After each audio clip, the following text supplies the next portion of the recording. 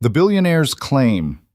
She served champagne to monsters until one monster decided she belonged to him. The tray slipped from Lena Carter's fingers the exact moment the man's hand closed around her wrist, and 12 crystal flutes exploded across the marble like a gunshot in a cathedral.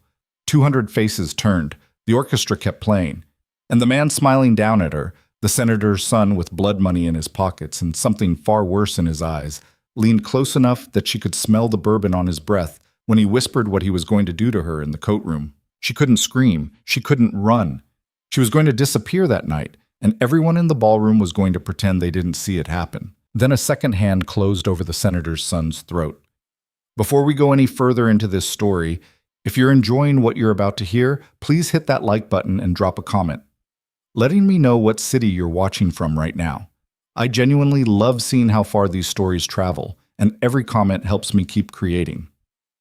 Now settle in, because what happens next changes Lena's life forever.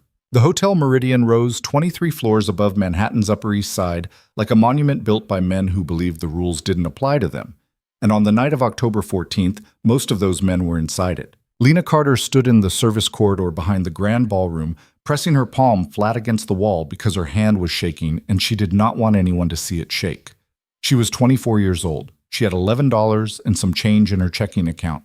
She had a rent payment due in 6 days that she could not make, a pharmacology midterm in 48 hours that she had not studied enough for, and a pair of black pumps borrowed from her roommate that were half a size too small and had already rubbed the backs of her heels raw. She breathed in. She breathed out. She told herself, the way she told herself every shift, that 6 hours of her life for $400 cash under the table was a fair trade, and that she could survive anything for 6 hours. Carter? The voice belonged to Marco, the floor captain, a small, compact man with a mustache like a dead caterpillar and a habit of speaking to the catering staff as though they were dogs who had not yet been properly trained. He snapped his fingers twice near her face. "You with me? Table 9 is dry. Get out there." "Yes, chef." "And smile. These people paid $25,000 a plate to look at pretty girls. Give them what they paid for." Lena picked up a fresh tray. 12 flutes of Cru Grande Cuvée, $8,000 a bottle retail, pouring down the throats of people who would not remember having tasted it by morning. She balanced the tray on the flat of her left hand, the way her mother had taught her a decade ago, in the diner outside Scranton before her mother got sick, before everything got hard, before Lena's whole life became a slow crawl uphill with sandbags strapped to both ankles. She pushed through the swinging door and entered the ballroom. It was the kind of room built to remind a person of her own irrelevance.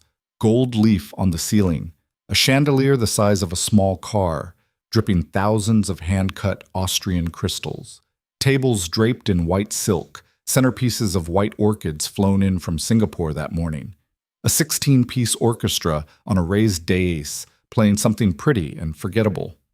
And everywhere, the people, senators and their wives, hedge fund men whose names she recognized from headlines, a former Secretary of State with a glass of red wine shaking slightly in her liver-spotted hand. 2 movie stars whose marriage she had read about collapsing in the checkout aisle at Duane Reade 3 weeks ago, now pressed close in apparent reconciliation for the photographers. And between them, invisible as the water pitchers and the salt cellars, the servers. Lena moved through the tables like a ghost. Smile pleasant, not too wide.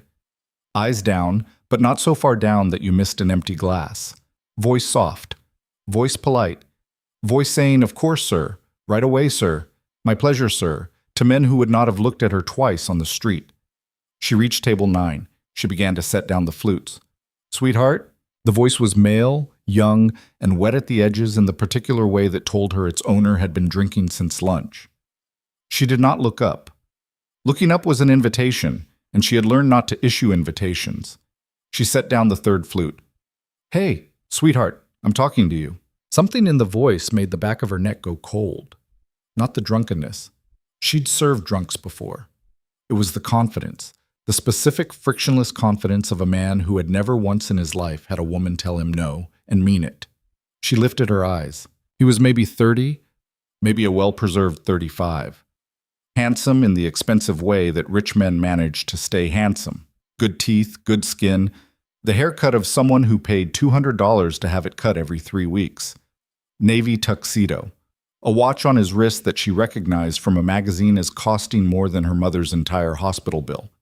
He was looking at her the way a man looks at something in a display case. "There she is," he said, and he smiled. "Can I help you, sir?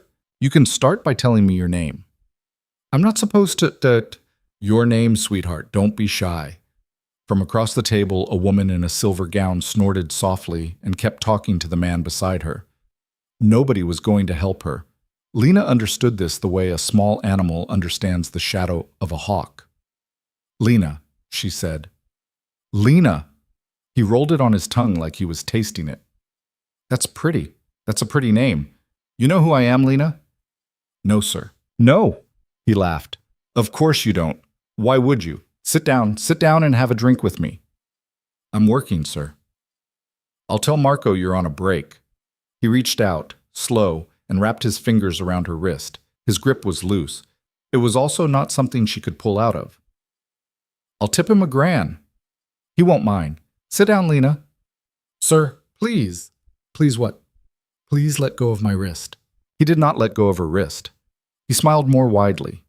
The smile did not reach his eyes, and she understood suddenly and completely that this was a man who enjoyed being told no, because being told no was only ever a prelude to the part he actually wanted, which was the part where the no stopped mattering. "You know what I like about you, Lena," he said. "I like that you're scared. Most of the girls they hire for these things, they get this dead look. Like they've already quit. You're still in there. I can see you. That's nice. That's real nice." Her tray tilted. She felt it before she saw it. The weight shifting on her unsteady left hand. The pull of gravity on all those tall, full glasses. And she tried to correct and could not correct because her right wrist was still held. And then it was all falling. All of it. The flutes and the ice and the $8,000 a bottle champagne hitting the marble in a sound like a small bomb, and then splintering outward in a spray of glass and gold. The orchestra kept playing. A woman near the bar gasped and laughed. A high, bright trill of a laugh. The kind of laugh rich people make when a poor person does something stupid. Lena stood frozen. Her feet were wet. Champagne was soaking into the ruined stockings she had spent an hour mending the night before. A shard of crystal had opened a small cut along the side of her ankle, and a thin line of blood was crawling down into the arch of her shoe. The senator's son had not let go of her wrist.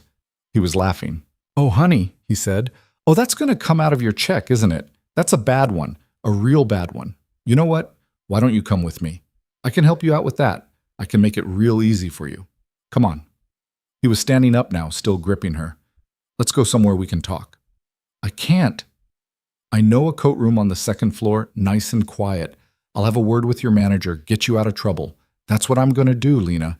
I'm going to help you." And he was pulling her now, not hard enough to cause a scene, just a steady, insistent pressure.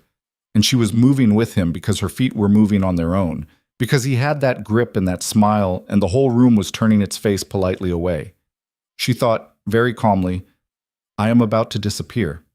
She thought, "Nobody here is going to help me." She thought, "I'm going to be a story. Marco tells his friends at the bar next week. Did you hear about that girl? The dumb one. The one who spilled the Krug. Dumb kid." And then a hand settled on the senator's son's shoulder. It was not a hard hand. It didn't need to be. It was just a hand, long-fingered and pale, with a single unornamented platinum band on the smallest finger, and it rested on the navy tuxedo shoulder, the way a cat rests a paw on a mouse. Everything at table 9 went quiet. Lena felt it before she heard it. A drop in temperature. A small folding of the room, the way a room folds when somebody important walks into it. And she did not know yet who was standing behind her, only that the woman in the silver gown had gone very pale and had set down her wineglass with a tiny click. "Miles?" said a voice. It was a low voice. It was not loud.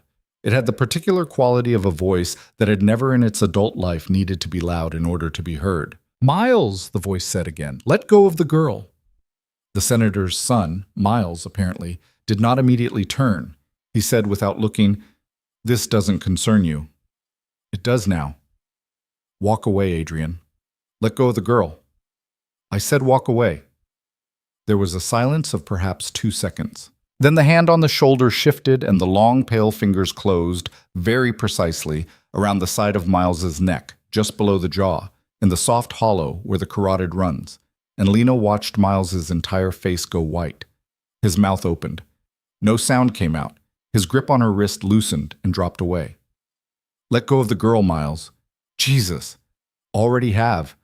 Now you. Miles let go. His hand fell to his side. He was breathing through his nose in short, shallow breaths, and his pupils were blown wide the way a person's pupils go when a predator has come close to him in the dark. Lena stumbled back a step, 2 steps. Her wrist was throbbing. There was a red mark on it in the perfect shape of 4 fingers. She finally looked at the man who had spoken. He was tall, not enormous, but tall enough that she had to tilt her chin to meet his eyes. And she met them, and then she looked away fast because they were not the kind of eyes a person looked at casually. They were very dark, almost black, set above cheekbones that looked like they had been cut by somebody who had been angry at the time. He was maybe 34, 35. Black tuxedo. No cummerbund. No jewelry except the platinum band. His hair was dark and slightly longer than it should have been for a room like this, and he wore it pushed back from a sharp widow's peak. He was not handsome in the way Miles was handsome. He was handsome in the way certain knives are handsome, the kind where the beauty of the thing is inseparable from what it does. Apologize to her, he said to Miles. Adrian, come on. Apologize to her, Miles, or I am going to ask you twice, and you and I both know what happens the second time. Miles swallowed. His throat bobbed. He turned to Lena. I'm sorry, he said. His voice was flat. I'm sorry, I was out of line. Good. The dark-eyed man took his hand off Miles's neck. Now sit down. Drink water. Don't speak to her again tonight. Don't look at her. When this party is over, you're going home, and in the morning, we're going to have a conversation about how you address my companions. You're, my companion. Miles's eyes flickered to Lena. Something passed across his face. Rage, humiliation, the naked frustration of a spoiled child whose toy has been taken away. But he did not speak. He sat down. He picked up his own glass with hands that trembled slightly, and he drank. The dark-eyed man turned to Lena. He did not touch her. She appreciated that afterward, when she was able to think at all. He simply inclined his head slightly and said, in that same low voice, Come with me, please. Just for a moment. I have to clean. Someone else is going to clean that up. Come with me. I don't know you. No, you don't. A flicker in his eyes, which might have been something like humor and might have been something else entirely. My name is Adrian DeLuca. For the next 10 minutes, I'm going to be the person walking you out of this room. After 10 minutes, if you want to go home and never see me again, I will drive you home myself and you will never see me again. Is that acceptable? She did not answer. She was staring at his hands. Miss Carter, she started. How do you know my... You have a name tag. She looked down. She did in fact have a name tag, pinned crookedly to the black vest of her uniform. She had forgotten she had a name tag. She had forgotten, for a full 30 seconds, that she was wearing anything at all. Come on, he said, quieter now. Everyone is watching. Let's get out of the room. She went with him. She would think later about the exact moment her body decided to go with him, and she would not be able to locate it. There had been no decision. There had just been the offer of an exit, and a voice that was not Miles's voice, and the fact that her legs had started moving in the direction he was moving, and the whole room parting in front of him like he was something heavy going through water. He did not take her arm. He walked half a step ahead of her and to her right, and he did not once look back to check that she was following, because he already knew she was following, and she understood even in that moment that there was something about that assumption that she ought to be angry about. She was not yet angry about it. She was logging it. She was a medical student. She was good at logging things for later. They left the ballroom. They crossed the gilded corridor with its carved mirrors and its marble caryatids. He pushed open a door marked private in discreet brass letters, and then they were in a smaller room, some kind of lounge, leather chairs, a low fire burning in a marble hearth, absolutely empty of other people. He closed the door behind them. He did not lock it. She noticed that. She was pretty sure he wanted her to notice that. Sit down if you want to, he said. Or don't. Your wrist is bleeding. It's not my wrist, it's my ankle. Both, actually. Let me see. No. He stopped. He looked at her. And for the first time since the ballroom, the strange composed mask of him cracked slightly.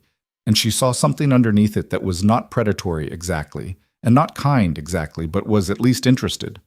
"No?" he said. "No, you don't touch me. I don't know you." "Fair enough." He held up his hands, palms out, and took a step back. "There's a first aid kit in the desk, bottom drawer. You can take care of it yourself. I'll sit over here." He sat in the leather chair farthest from her. He crossed one long leg over the other and rested his hands loose on the arms of the chair, and he watched her with the mild patience of a man who was not accustomed to waiting but was prepared to wait. Lena did not move. "I'm not going to hurt you, Miss Carter." People who aren't going to hurt you don't usually have to say it. A pause. Then, unexpectedly, a short, quiet laugh. It was not a cruel laugh. It surprised her. "That's true," he said. "That's an entirely fair point. Who are you?" "I told you, Adrian DeLuca." "That's a name. I'm asking you who you are." He tilted his head. "I own things," he said. "I move things. Some of them are legal, some of them are not. The people in that ballroom know which ones are which is why they did what you saw them do when I put my hand on Miles's neck. Miles's father is the junior senator from Connecticut. Miles himself is 29 years old and has been credibly accused of assaulting 4 women in the last 6 years, all of whom received quiet settlements and signed non-disclosure agreements, 2 of whom later attempted suicide. Tonight, he was going to be the 5th. I intervened because I don't like him, and I don't like his father, and I have been looking for a reason to put a public hand on him for 3 years. You gave me one. Thank you." Lena stared at him. "You're lying," she said. "About him? About 4 women?" "I'm not lying." "How do you know that?" "I know a lot of things, Miss Carter. That's not an answer." "No, it isn't." He shifted slightly in the chair. "I understand that you don't trust me. I wouldn't trust me either. May I tell you what I'd like to do?" "Go ahead." "I'd like to have someone I employ drive you home. They will drive you to your apartment. They will not get out of the car. They will wait at the curb until you are inside, and then they will leave. Tomorrow morning, I would like to send you a check. No. For the amount of tonight's earnings, plus the cost of the uniform that is now ruined, plus a reasonable sum to compensate you for being assaulted on my behalf." "I wasn't assaulted on your behalf. I was assaulted because Miles is a piece of... on my behalf in the sense that you were in a room where I should have noticed him noticing you, and I didn't notice in time. That's on me. Let me make it right." "I don't want your money." "All right. I mean it." "I hear you. I'm not a charity case. I'm not offering charity, Miss Carter. I'm offering restitution. There's a difference. And for what it's worth..." He paused. His dark eyes moved over her face with a slow, deliberate attention that she did not know what to do with. "For what it's worth, in the 10 minutes I have known you, you have been the least charity case I have encountered in a very long time." She did not know what to say to that. She sat down, not near him, on the small embroidered bench near the fireplace. Her ankle was bleeding into her shoe in a slow, steady way, and she had begun to feel faintly lightheaded, the particular kind of lightheaded that comes from adrenaline leaving the bloodstream all at once. "I need a minute," she said. "Take as many as you want." She put her head in her hands. For a while, neither of them spoke. The fire ticked. Somewhere very far away, through walls and doors, and the distance of the corridor, the orchestra was playing Cole Porter. She could just barely hear it, in the still of the night. Her mother had liked that song. "My mother died 6 months ago," she said. She did not know why she was saying it. She said it anyway. "Pancreatic cancer. She held out for 18 months on a 2-month prognosis. Stubborn. Anyway, the medical bills.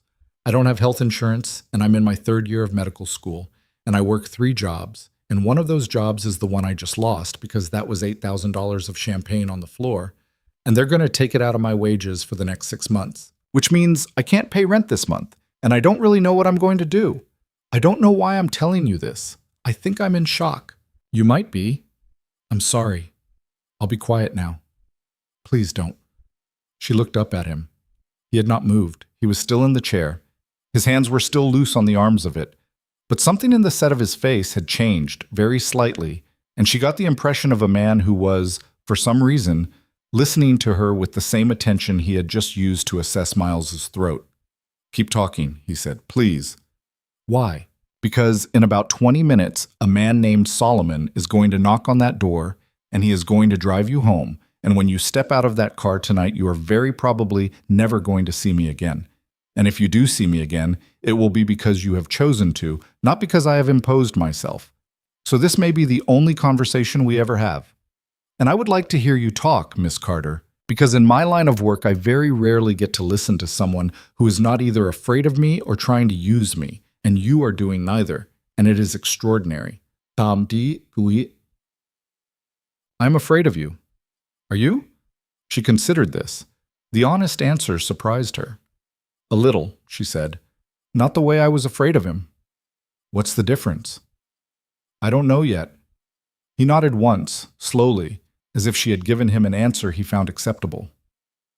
Tell me about medical school, he said. What year? Third? Specialty? Emergency medicine, maybe trauma. I haven't decided. Why? Why ER or why trauma? Why medicine at all? She laughed. It was a tired laugh. Nobody's ever asked me that who actually wanted an answer. They usually just want me to say something noble. I don't want you to say something noble. I want you to tell me the truth. She thought for a moment. My mother was a waitress for 29 years, she said. She had a lump in her abdomen for about 2 years before she told anybody.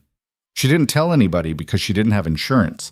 And because the one time she went to the ER, when I was 11, the doctor talked to her like she was stupid. Asked her if she understood English. She understood English. She'd been speaking it her whole life. She was from Scranton.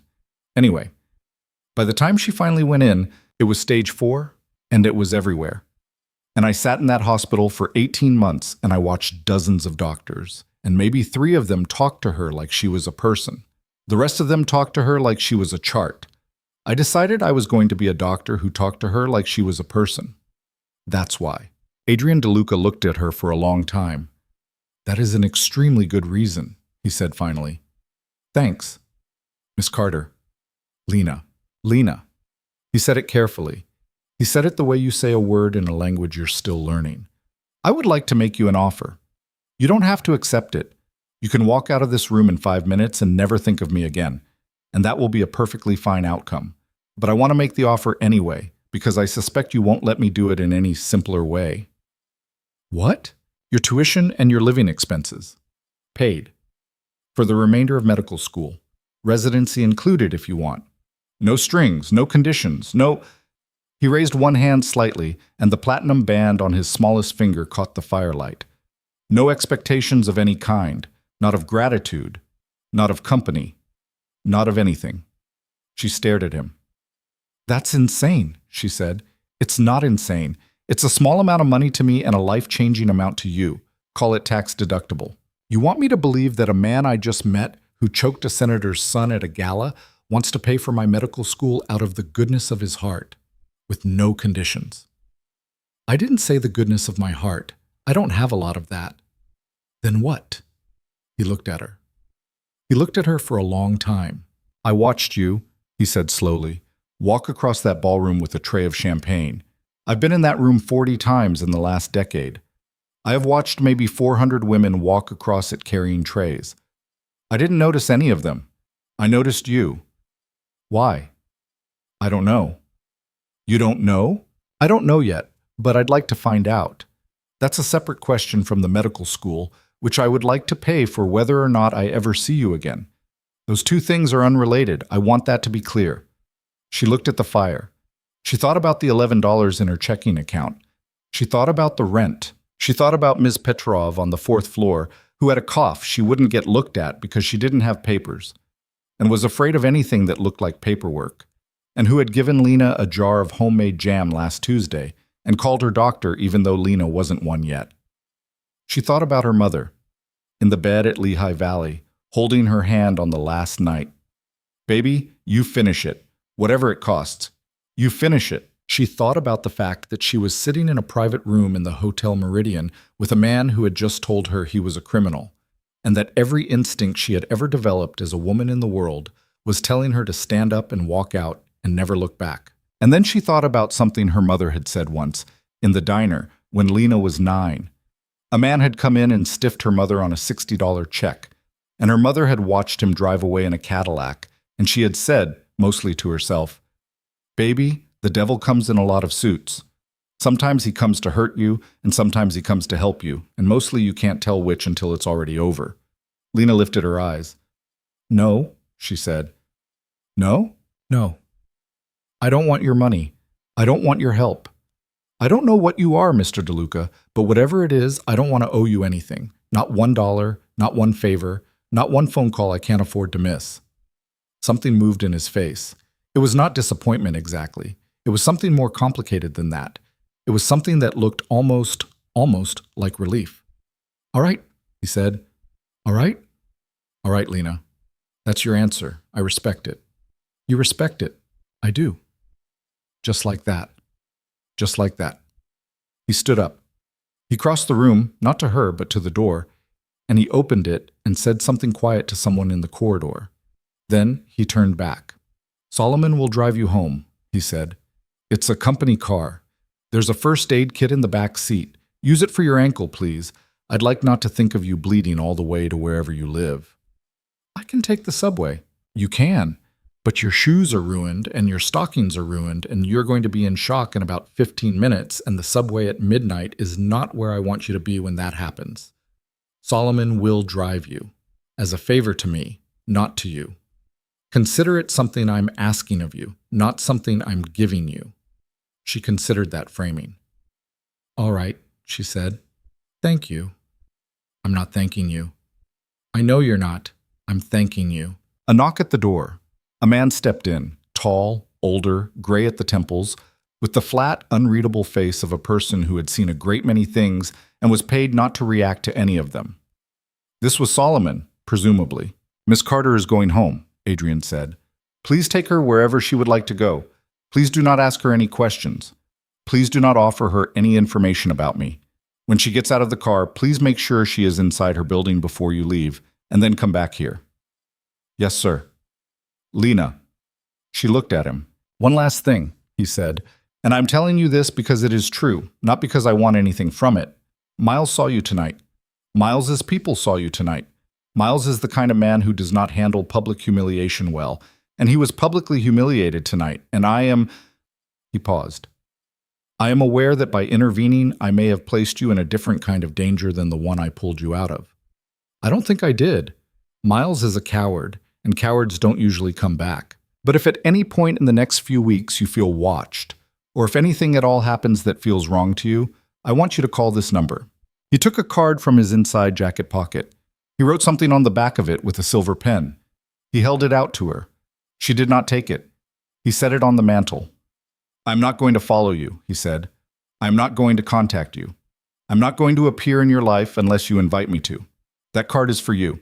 Use it or don't. Throw it in the trash when you get home. That's entirely your choice." "Why are you doing this?" "I told you. I don't know yet. That's a terrible answer." "I know." She stood up. Her ankle hurt, her wrist hurt, her feet hurt. She was going to have to walk across the lobby of the Hotel Meridian with blood in her shoe, and she was going to have to explain to Marco in the morning why she had left in the middle of her shift, and she was going to have to find $400 for rent in the next 6 days, and none of that had changed. But something had changed. She could feel it. The room had gone still around her, and she had the strange, distinct feeling that she was standing in a doorway, and that on one side of the doorway was the life she had been living up until the moment Miles's hand had closed around her wrist, and on the other side was something else entirely, something she could not yet see the shape of, something that might be terrible and might be wonderful and would almost certainly be both. She walked to the mantel. She picked up the card. She did not look at it. She put it in the pocket of her black work vest, and she felt the small, stiff shape of it against her ribs, and she nodded once to Adrian DeLuca without meeting his eyes, and she followed Solomon out of the room. At the door she stopped. She did not turn around. She said over her shoulder, "The answer is still no. About school. About anything. I want you to know that. I heard you the first time. I just want you to know." "I know." She walked out. Solomon drove her home. He did not speak to her.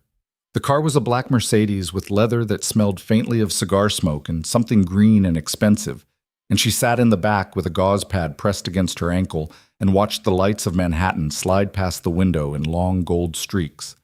At 112th and Amsterdam, he pulled to the curb. He waited, the engine idling, while she climbed the 4 flights to her apartment and let herself in and turned on the light inside and waved weakly at the window. Only then did he drive away. She sat on her bed in the dark with her shoes still on. She took the card out of her pocket. The front of it was nothing. Cream-colored stock, thick, expensive. A phone number in small black type. No name, no company, no title. On the back, in quick, confident handwriting, he had written, "For any reason, or none at all." A. She sat with it in her lap for a long time. Outside the window, a siren went past, and then another. A couple was arguing in the apartment below hers, the same argument they had been having for months, about money, about somebody's mother, about whose turn it was to take out the trash. Her radiator clanked. Her phone, plugged in beside the bed, buzzed once with a text from her roommate. "You alive?" She did not answer it. She looked at the card. She thought about Miles's hand on her wrist. She thought about the hand that had closed over Miles's throat. She thought about her mother, telling her she couldn't always tell the difference between the kind of devil who came to hurt you and the kind who came to help you. She stood up. She crossed to the kitchenette. She opened the drawer where she kept her takeout menus and her unopened bills, and she slid the card in, face down, between a Chinese menu and a third notice from her student loan servicer. She closed the drawer. She told herself she was going to throw it away in the morning.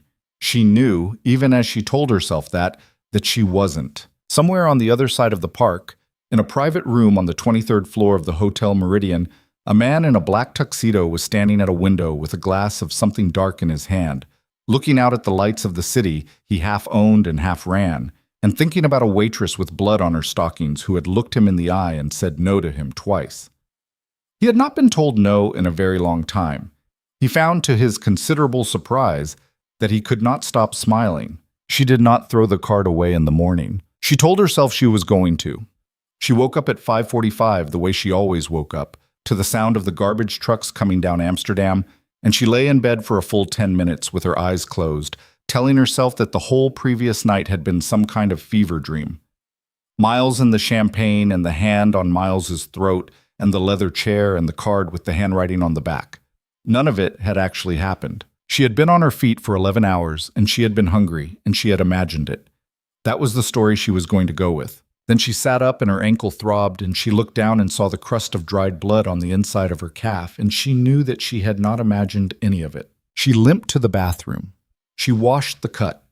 It was small, barely more than a scrape, but it had bled enough to stain. She bandaged it with a strip of gauze left over from a rotation she'd done the summer before. She looked at herself in the mirror above the sink, at her own pale face and the dark circles under her eyes, and the mark on her wrist that had bloomed overnight into a ring of yellowish bruise, and she said out loud, "You are not going to call him. You are not going to think about him. You are going to work, and you are going to study, and you are going to figure out the rent, and that man is going to disappear back into whatever hole he came out of, and you are never going to see him again." She said it firmly, the way a mother says a thing to a child who is likely to misbehave. Then she went to the kitchenette and opened the drawer and looked at the cream-colored card for a long time before she closed the drawer again. The rest of the week did not cooperate with her plan to forget him. Marco called her at 11 in the morning to tell her she was fired. He didn't use the word fired. He used the phrase "not going to be on the schedule for a while," which was the same thing dressed up in hospitality language, and he said it with a weird false cheer that made her stomach turn. She understood, from the things he did not say, that someone had spoken to him. Someone with weight. Someone who had told him not to make a fuss about the champagne. He did not ask her to pay for the broken bottles. He did not mention the broken bottles at all. He just told her that the agency would be in touch about other gigs, which she knew meant nothing because the agency did not call people who had been scrubbed off Marco's list. She hung up the phone and she sat on her bed and she calculated, on the back of a pharmacology flashcard, what $400 of rent looked like when you had subtracted $400 of rent from $11.43. It looked like negative $388.57. It looked like eviction. Her roommate Priya came home at 2 that afternoon, dropped her tote bag, and took one look at Lena's face. "Okay," Priya said. What happened? Nothing. Lena, I lost the gig. The Meridian gig? Yeah. Okay, how bad? Pretty bad. Priya sat down on the bed next to her. Priya was in her second year of public health at Columbia, on a full ride, which meant her financial situation was better than Lena's, but not by a margin that anybody would describe as comfortable. She was 23 and had a mother in Mumbai who called her every Sunday at 6 a.m., and a father who had died the year she started college, and a fierce, competent way about her that Lena had loved from the day they'd met at orientation. We'll figure it out, Priya said. I'm going to move out. You shouldn't have to. Shut up. Priya? Shut up, Carter. We're going to figure it out. Do you want tea? Yeah. Okay. I'll make tea. You sit there. Priya made tea. Lena sat there. And at some point during the making of the tea, Lena's eyes drifted of their own accord toward the drawer where she had put the card, and she felt again that strange pressure in her chest, that sense of a doorway, that sense of a thing she could still reach for if she wanted to reach for it. She did not reach for it. She made it 3 days. On the third day, which was a Tuesday, she was walking home from the 116th Street subway station at 9:30 at night after a 12-hour rotation in the free clinic, carrying a plastic bag with a $2 bag of rice and a can of black beans and a bunch of wilted cilantro she had bought for 50 cents off the bruised rack. And she was turning onto her block when she realized there was a black Mercedes parked across the street from her building. It was not Solomon's Mercedes. She was sure of that. This one had different plates and a subtly different trim, but it was a black Mercedes, and the windows were tinted, and it was parked on a block where nobody parked a car worth more than $9,000, and she felt her whole body go cold. She stopped walking. The car did not move. She stood on the sidewalk for 10 seconds, maybe 15, and she thought about Miles, about the look he had given her across the table after Adrian had lifted his hand off his neck, about the phrase "cowards don't usually come back," and she thought about how confident Adrian had sounded when he'd said it, and how much less confident it sounded now when she was standing on a sidewalk in the dark alone. Then the driver's side door opened. The man who stepped out was not Miles. It was not anyone she recognized. He was maybe 50, heavy in the shoulders, with the kind of build that had been an athlete's 30 years ago and was now just a kind of density. He held up both hands, palms out, the way Adrian had held them up in the lounge. "Miss Carter," he said. His voice was rough and not unkind. "Sorry. I know how this looks. I'm supposed to give you this." He held out an envelope. Lena did not move. "Who are you?" "My name's Bobby Mancuso. I work for Mr. DeLuca. He told me to tell you that if you don't want to take this, I'm supposed to leave it on your stoop and drive away, and you can do whatever you want with it. He specifically told me not to come anywhere near you. I'm sorry. I overstepped. I'll put it on the stoop." "Wait." He stopped. "What is it?" "He didn't tell me." "You didn't look?" "Ma'am, I have worked for Mr. DeLuca for 19 years. I do not open his envelopes." Something about the way he said it, the particular formal seriousness of it, made her almost laugh. Not because it was funny, because it was real. Because the world Bobby Mancuso lived in was a world in which a man like Adrian DeLuca could hand him an envelope and know with absolute certainty that it would arrive at its destination unopened. "Put it on the stoop," she said. "Yes, ma'am." He walked to her stoop. He laid the envelope on the top step, weighted it with a small, smooth river stone he took out of his coat pocket, the way a person might weight down a letter on a desk in a breeze. Then he walked back to the Mercedes, got in, and drove away. He did not look back. She stood on the sidewalk until the taillights turned the corner. Then she went up the steps and picked up the envelope. Inside, there was no letter, no note, no card. Just a cashier's check made out to Lena J. Carter for $4,000. On the memo line, in the same quick, confident handwriting she recognized from the back of the card, there were 3 words. Not a string. She stood in the stairwell and she looked at the check, and she felt something very strange move through her, something that was not quite anger and not quite gratitude and not quite fear. And she was standing there for so long that her upstairs neighbor, Mrs. Gutierrez, came down the stairs behind her and said, "Mija, you okay?" "Yes," Lena said. "I'm fine. I'm sorry. I'll move." "You don't look fine." "I'm fine, Mrs. Gutierrez." She made it to her door. She got inside. She sat on her bed in her coat with the check in her hands, and she looked at it for a long time. $4,000. Rent for 3 months. Groceries. The overdue electric bill. The crown her dentist had told her she needed last spring and that she had been drinking on the other side of her mouth for 6 months to avoid. $4,000 was not life-changing money. It was life-continuing money. It was the difference between drowning and not drowning. He had known that, she thought.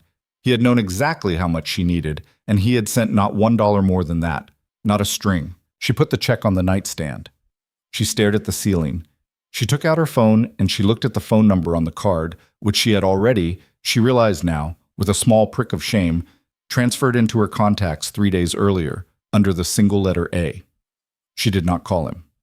She typed out, with her thumb, the words, "I can't take this," and then she stared at the words for a minute, and then she deleted them. She typed, "Thank you," and deleted that. She typed, "Why are you doing this?" and stared at that for a long time, and finally, slowly, she hit send. His reply came back in under a minute. "I told you, I don't know yet." She stared at the message. She wrote, "That's still a terrible answer. Yes, I'm going to cash the check." "Good. That doesn't mean anything. Understood. I mean it." "I know you mean it, Lena. Get some sleep." She did not get some sleep. She lay awake until almost 3 in the morning, staring at the ceiling, and she did not think about the money, and she did not think about the rent. She thought about his handwriting. She thought about the specific economy of 3 words on a memo line. She thought about the way he had said her first name in the lounge, carefully, like a word in a language he was learning. The next time she saw him was 9 days later, and it was not by accident. She was in the 3rd-floor reading room of the medical library, where she had been since 7 a.m., trying to beat pharmacology into her head by brute force. It was around 3 in the afternoon. She had eaten a granola bar at noon. Her eyes were burning. She had been rereading the same paragraph about beta blockers for 20 minutes and had not absorbed a single word of it. Her phone buzzed. "Are you free for coffee?" She looked at the message. She looked at the clock. She looked at the pharmacology textbook. "No," she wrote. A pause. Then, "Are you free for coffee when you lie to me?" She almost laughed out loud in the library. She covered her mouth. A woman at the next table glared at her. "How did you know I'm in the library? I didn't. You just told me." She stared at the message. "That's creepy." "Yes. You could have just asked where I am. I did. Are you free in 20 minutes? There's a place on 120th called Joe's. I'll be outside it." What if I said no? Then I would sit outside Joe's for 20 minutes, and then I would get in my car and go back to my office, and I would not bother you again this week. She looked at the textbook. She looked at the message.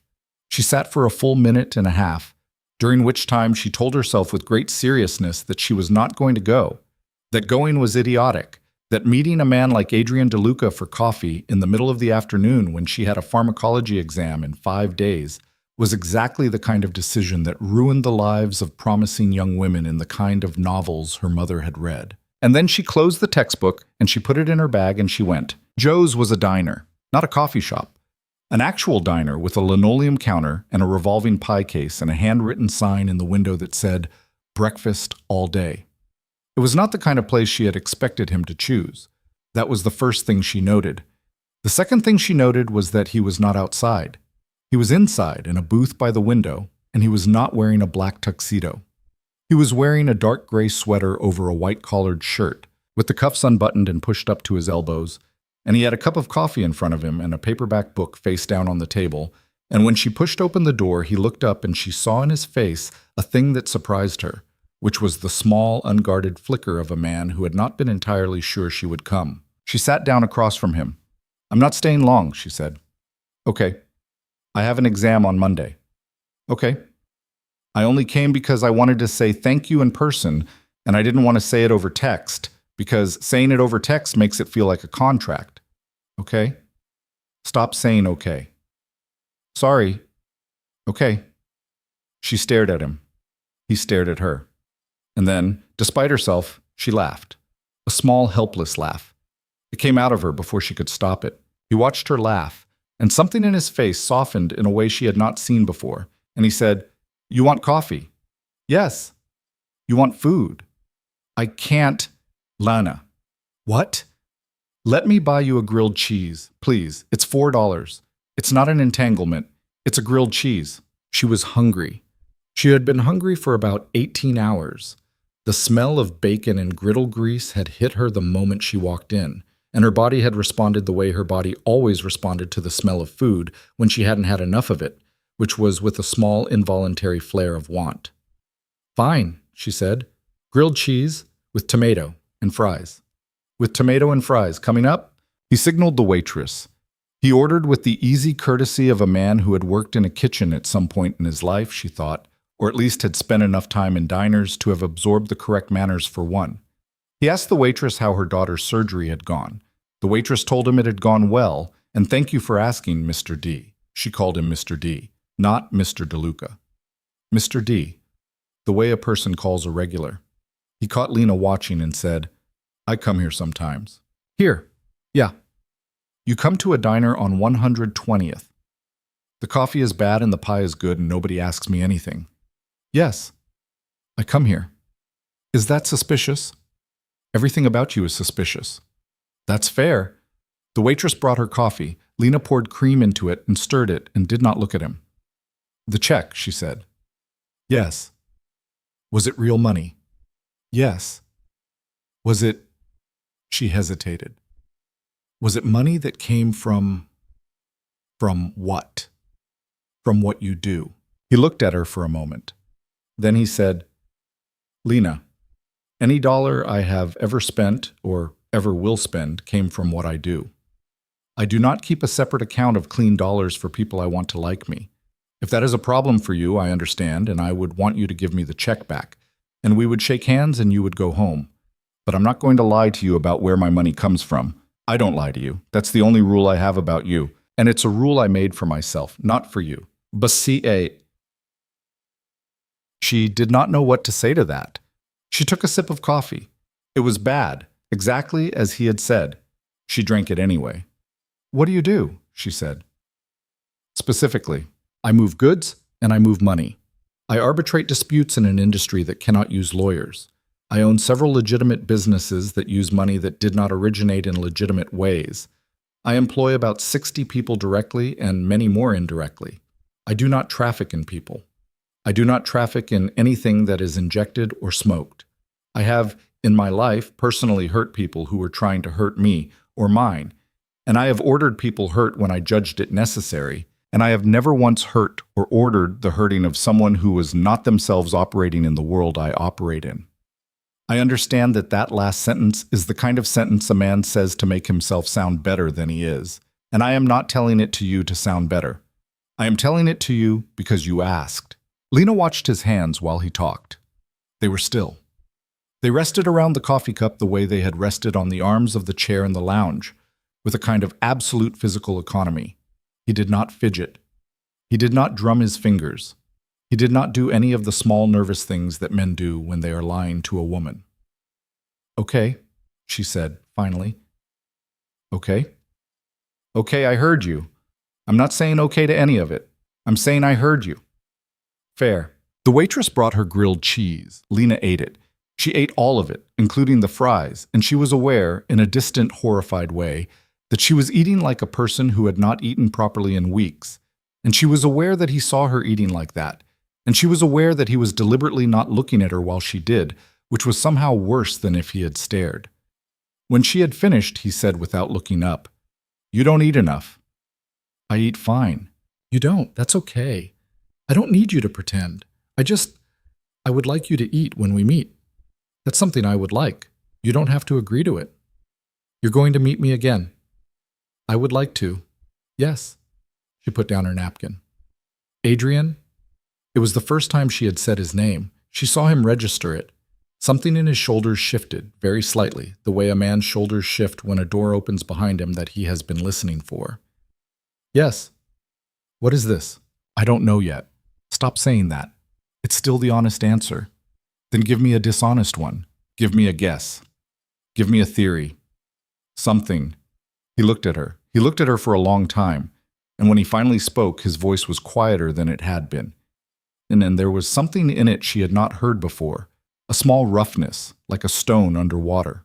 "I have," he said carefully. Been alone for a long time. Not by myself. There is a difference. I have had people around me constantly for 15 years. I have not been alone.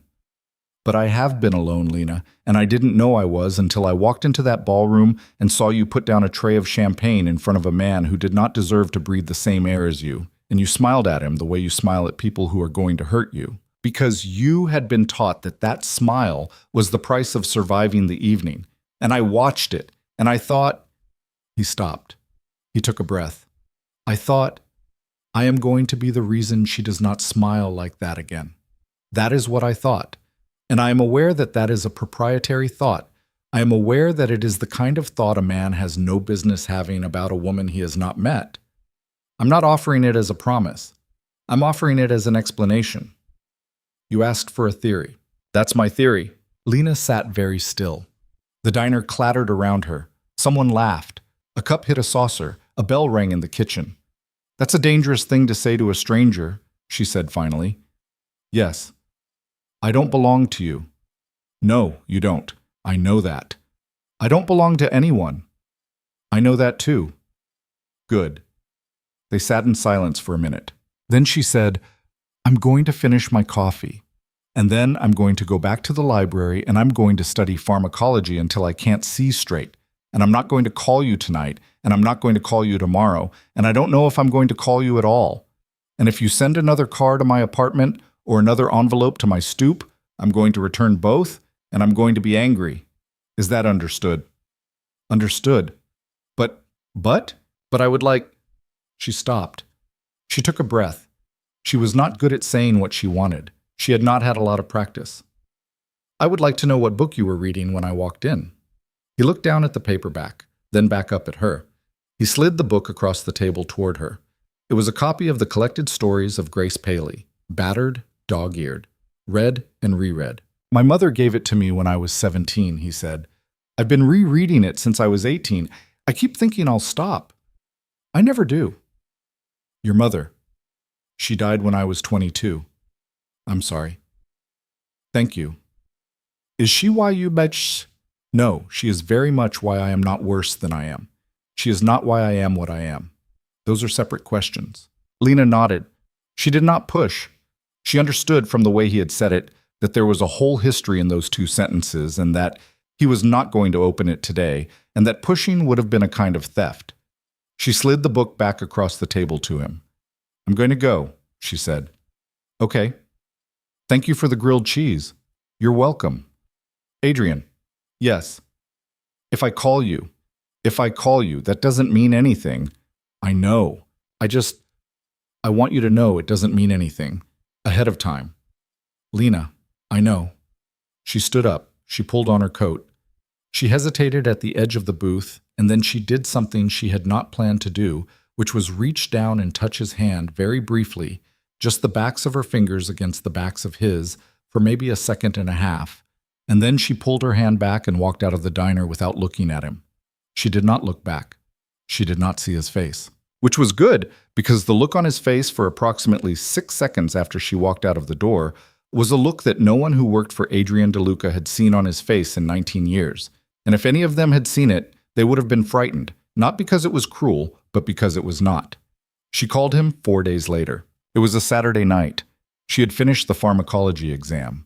She was pretty sure she had not failed it. She had not celebrated. She had come home and she had stood at her kitchenette counter in her sock feet and eaten half a box of saltines with peanut butter. And she had opened her laptop and looked at her bank account, which now had, after the check cleared, $3,814 in it, the most money she had possessed in one place since her mother's funeral. She had stared at the number for a long time. Then she had picked up her phone. He answered on the second ring. Lena? Hi. Are you all right? I'm fine. I'm not calling because anything's wrong. Okay. She closed her eyes. She pressed her forehead against the cabinet. I just wanted to hear your voice. There was a pause. It was not a long pause. But in it, she could hear him adjusting to what she had said, the way a man adjusts to the weight of a thing he has been handed and did not expect to be handed. Okay, he said quietly. That's all. I'm not asking for anything. I know. Tell me something. What? I don't know. Anything. Tell me about your day. Tell me what you ate for dinner. Tell me a story. I had a meeting this morning that did not go well. Someone I have worked with for 12 years lied to me about a piece of business, and I had to decide how to respond to the lie. And the response is going to take a long time and be expensive, and I don't enjoy any part of it. I ate spaghetti at my desk at 4 o'clock. I read for an hour after that. I was thinking about calling you. You were? Yes. Why didn't you? Because you told me not to. I didn't tell you. You told me it would mean nothing if you called me, which means it would mean something if I called you. I was respecting the rule. She laughed. It was a small, tired laugh. She was holding the phone too tightly against her ear. Adrian. Yes. This is going to be a mistake, isn't it? He was quiet for a long time. Lena, he said finally, I can't answer that. I can tell you what I hope. I hope that it will be hard and that it will require things of both of us that we do not currently know how to give, and that at the end of whatever it is, we will both look back and decide that it was worth the cost. That is what I hope.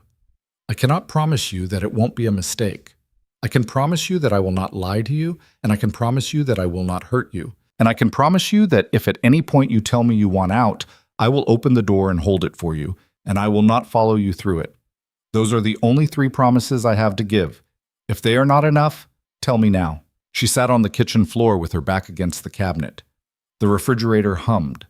Somewhere in the building, somebody was playing a piano, badly, the same 4 bars of something over and over. They're enough, she said. For now, they're enough. Okay? Adrian. Yes. Don't send any more envelopes. Okay? Don't send any more cars. Okay? If you want to see me, you can ask me, like a person asking another person. I'll say yes or no. Okay, Lena. I'm going to hang up now. All right. Good night. Good night. She hung up. She sat on the kitchen floor for a long time. Outside her window, the city was doing the thing it did at night, that slow, soft accumulation of sirens and voices and the clatter of metal gates being pulled down over storefronts. And she could hear Mrs. Gutierrez upstairs on the phone with someone in Spanish, the rise and fall of a familiar argument, and she thought about her mother in the diner booth outside Scranton telling her that the devil came in a lot of suits. And she thought about Adrian DeLuca's hand on the back of a chair, and she thought about the fact that she had just told a man who ran goods and money through the shadow networks of a city that she wanted to hear his voice, and she did not know what she had just done, and she did not know if she cared. She pushed herself up off the floor. She washed her face. She went to bed. And in her sleep, for the first time in 6 months, she did not dream about her mother dying. She dreamed about a hand closing over another man's throat, and a voice saying, "Let go of the girl," and a platinum band catching the firelight. And when she woke up in the morning, she lay very still for a long time before she remembered that she was supposed to feel bad about it. She was supposed to feel bad about it for a long time, and for a while she did, in the small intermittent way that a person feels guilty about a thing they have not yet committed to. They did not see each other for 11 days after that phone call. She told herself she was busy. She was busy. She had an OB rotation that started at 4:30 in the morning, and she had a shift at the free clinic on Tuesday nights, and she had a paper due on iron deficiency anemia in pediatric populations that she had written most of on the subway. There was no time. There was no room in her life for a man in a gray sweater sitting in a diner booth. That was the story she was telling herself. But she texted him. She texted him in the small cracks of her day, the 90 seconds between the L and the 1, the 12 minutes of a waiting room wait, the half hour before sleep when she lay in bed with her phone face down on her chest and then picked it up again. The texts were small. They were nothing. Coffee here is burnt. The attending made me cry today, kind of. I just saw a man walking a ferret on a leash, and he answered every one of them, always within a few minutes, always briefly, always in a way that made her feel, against all of her better judgment, that he had been waiting. On the 12th day, he asked if he could see her. He asked it in the phrasing she had given him, like a person asking another person. "Can I see you on Sunday? You can say no." She said yes. He picked her up at her building at 11 in the morning. He drove himself. No Solomon, no Mercedes. A small dark green SUV that looked 10 years old, a Subaru of all things, with a dent in the back quarter panel and a paper coffee cup in the console. He was wearing jeans and a canvas jacket over a flannel shirt, and he looked so much like a regular person that for the first 3 seconds after she got in the car, she did not recognize him. "You look like a dad," she said. "I'm aware. It's deliberate." "Where are we going?" "You didn't tell me where we were going. I was going to ask you." "Adrian." "Yes?" "You don't have a plan?" "I have about 6 plans. I was going to let you pick one." She laughed. She put on her seatbelt. The interior of the car smelled like coffee and leather and faintly like cedar. She said, "Tell me the plans. In order of ambition. 1, we drive upstate and eat pie at a place I know in Kingston. 2, we walk around the Met for an hour, and I pretend to know things about paintings. 3, we sit on a bench in Central Park, and you tell me about your week. 4, we go to my apartment, and I cook you lunch. 5, we go to a diner I know where the pancakes are very good. 6, we do nothing. We sit in this car and we drink coffee, and we talk for an hour, and then I take you home. What's the diner where the pancakes are good?" "It's Joe's." "We already went to Joe's." "Yes." "You want to go back to Joe's?" "I always want to go back to Joe's." She looked at him for a moment. Something in her chest hurt, a small particular ache, and she did not yet know how to name it. "Central Park," she said. "The bench." "That one." "Okay." They drove across to Fifth Avenue, and he parked illegally, and he paid a man at a hot dog cart $10 to watch the car, and they walked into the park. It was November.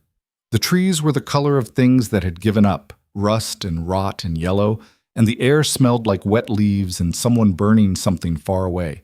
They walked for maybe 20 minutes without speaking. Not awkwardly, just walking. She had not walked in silence with a man in a long time, and she had forgotten how much she could learn about a person from the way they moved through space beside her. He walked on her street side. She noticed that. She did not mention it. They found a bench near the Bethesda fountain. He took off his jacket and laid it on the bench before she sat down, which she had always thought was something men only did in movies. "You don't have to do that." "I know." "It's not that cold." "I know." She sat down on the jacket. He sat down next to her, not touching, a careful 6 inches. "You wanted me to tell you about my week," she said. "I did. I'm tired." "I know. I failed a patient." He turned his head. "What happened?" "I didn't fail her. I didn't. The attending failed her. The system failed her. I was there. She came into the clinic with a mass in her breast, the size of a plum. She had known about it for 2 years, Adrian. 2 years. She kept not coming in because she was afraid of what it would cost. I stood there with her, and I watched her try to explain to the attending why she hadn't come in sooner, and the attending, she wasn't cruel. She wasn't. She didn't listen. She asked her the questions, and she didn't listen to the answers. And I stood there, and I thought, this is her. This is the doctor I promised my mother I wasn't going to be. Were you the doctor? No. I'm a student. Were you the student? Yes. Were you the person who listened? Yes. Then you didn't fail her. It's not that simple. It almost never is. But you didn't fail her, Lena. Not today. She did not answer. She watched a small boy run after a pigeon with his arms out. The pigeon waddled away, unhurried. The boy's mother called his name. Tell me something, she said. What? Something about you. A real thing. Not a story. Something hard. He was quiet for a long time. My father, he said finally. My father was not a good man. I don't say that as a complaint. I say it as a piece of information. He did the things that men like him do, and he did them for a long time. And he died when I was 19, and he died badly, and I was not sad when he died. I was not glad either. I was unrelieved. I thought I would be relieved.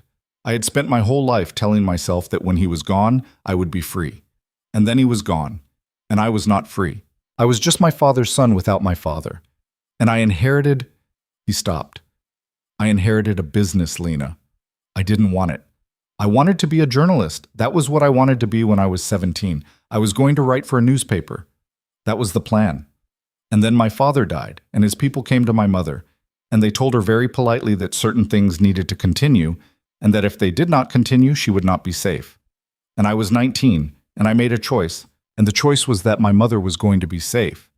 And I have been making that choice over and over for 15 years. My mother has been dead for 12 of those years. I have not found a way to stop making the choice." Lena did not move. "That's not an excuse," he said.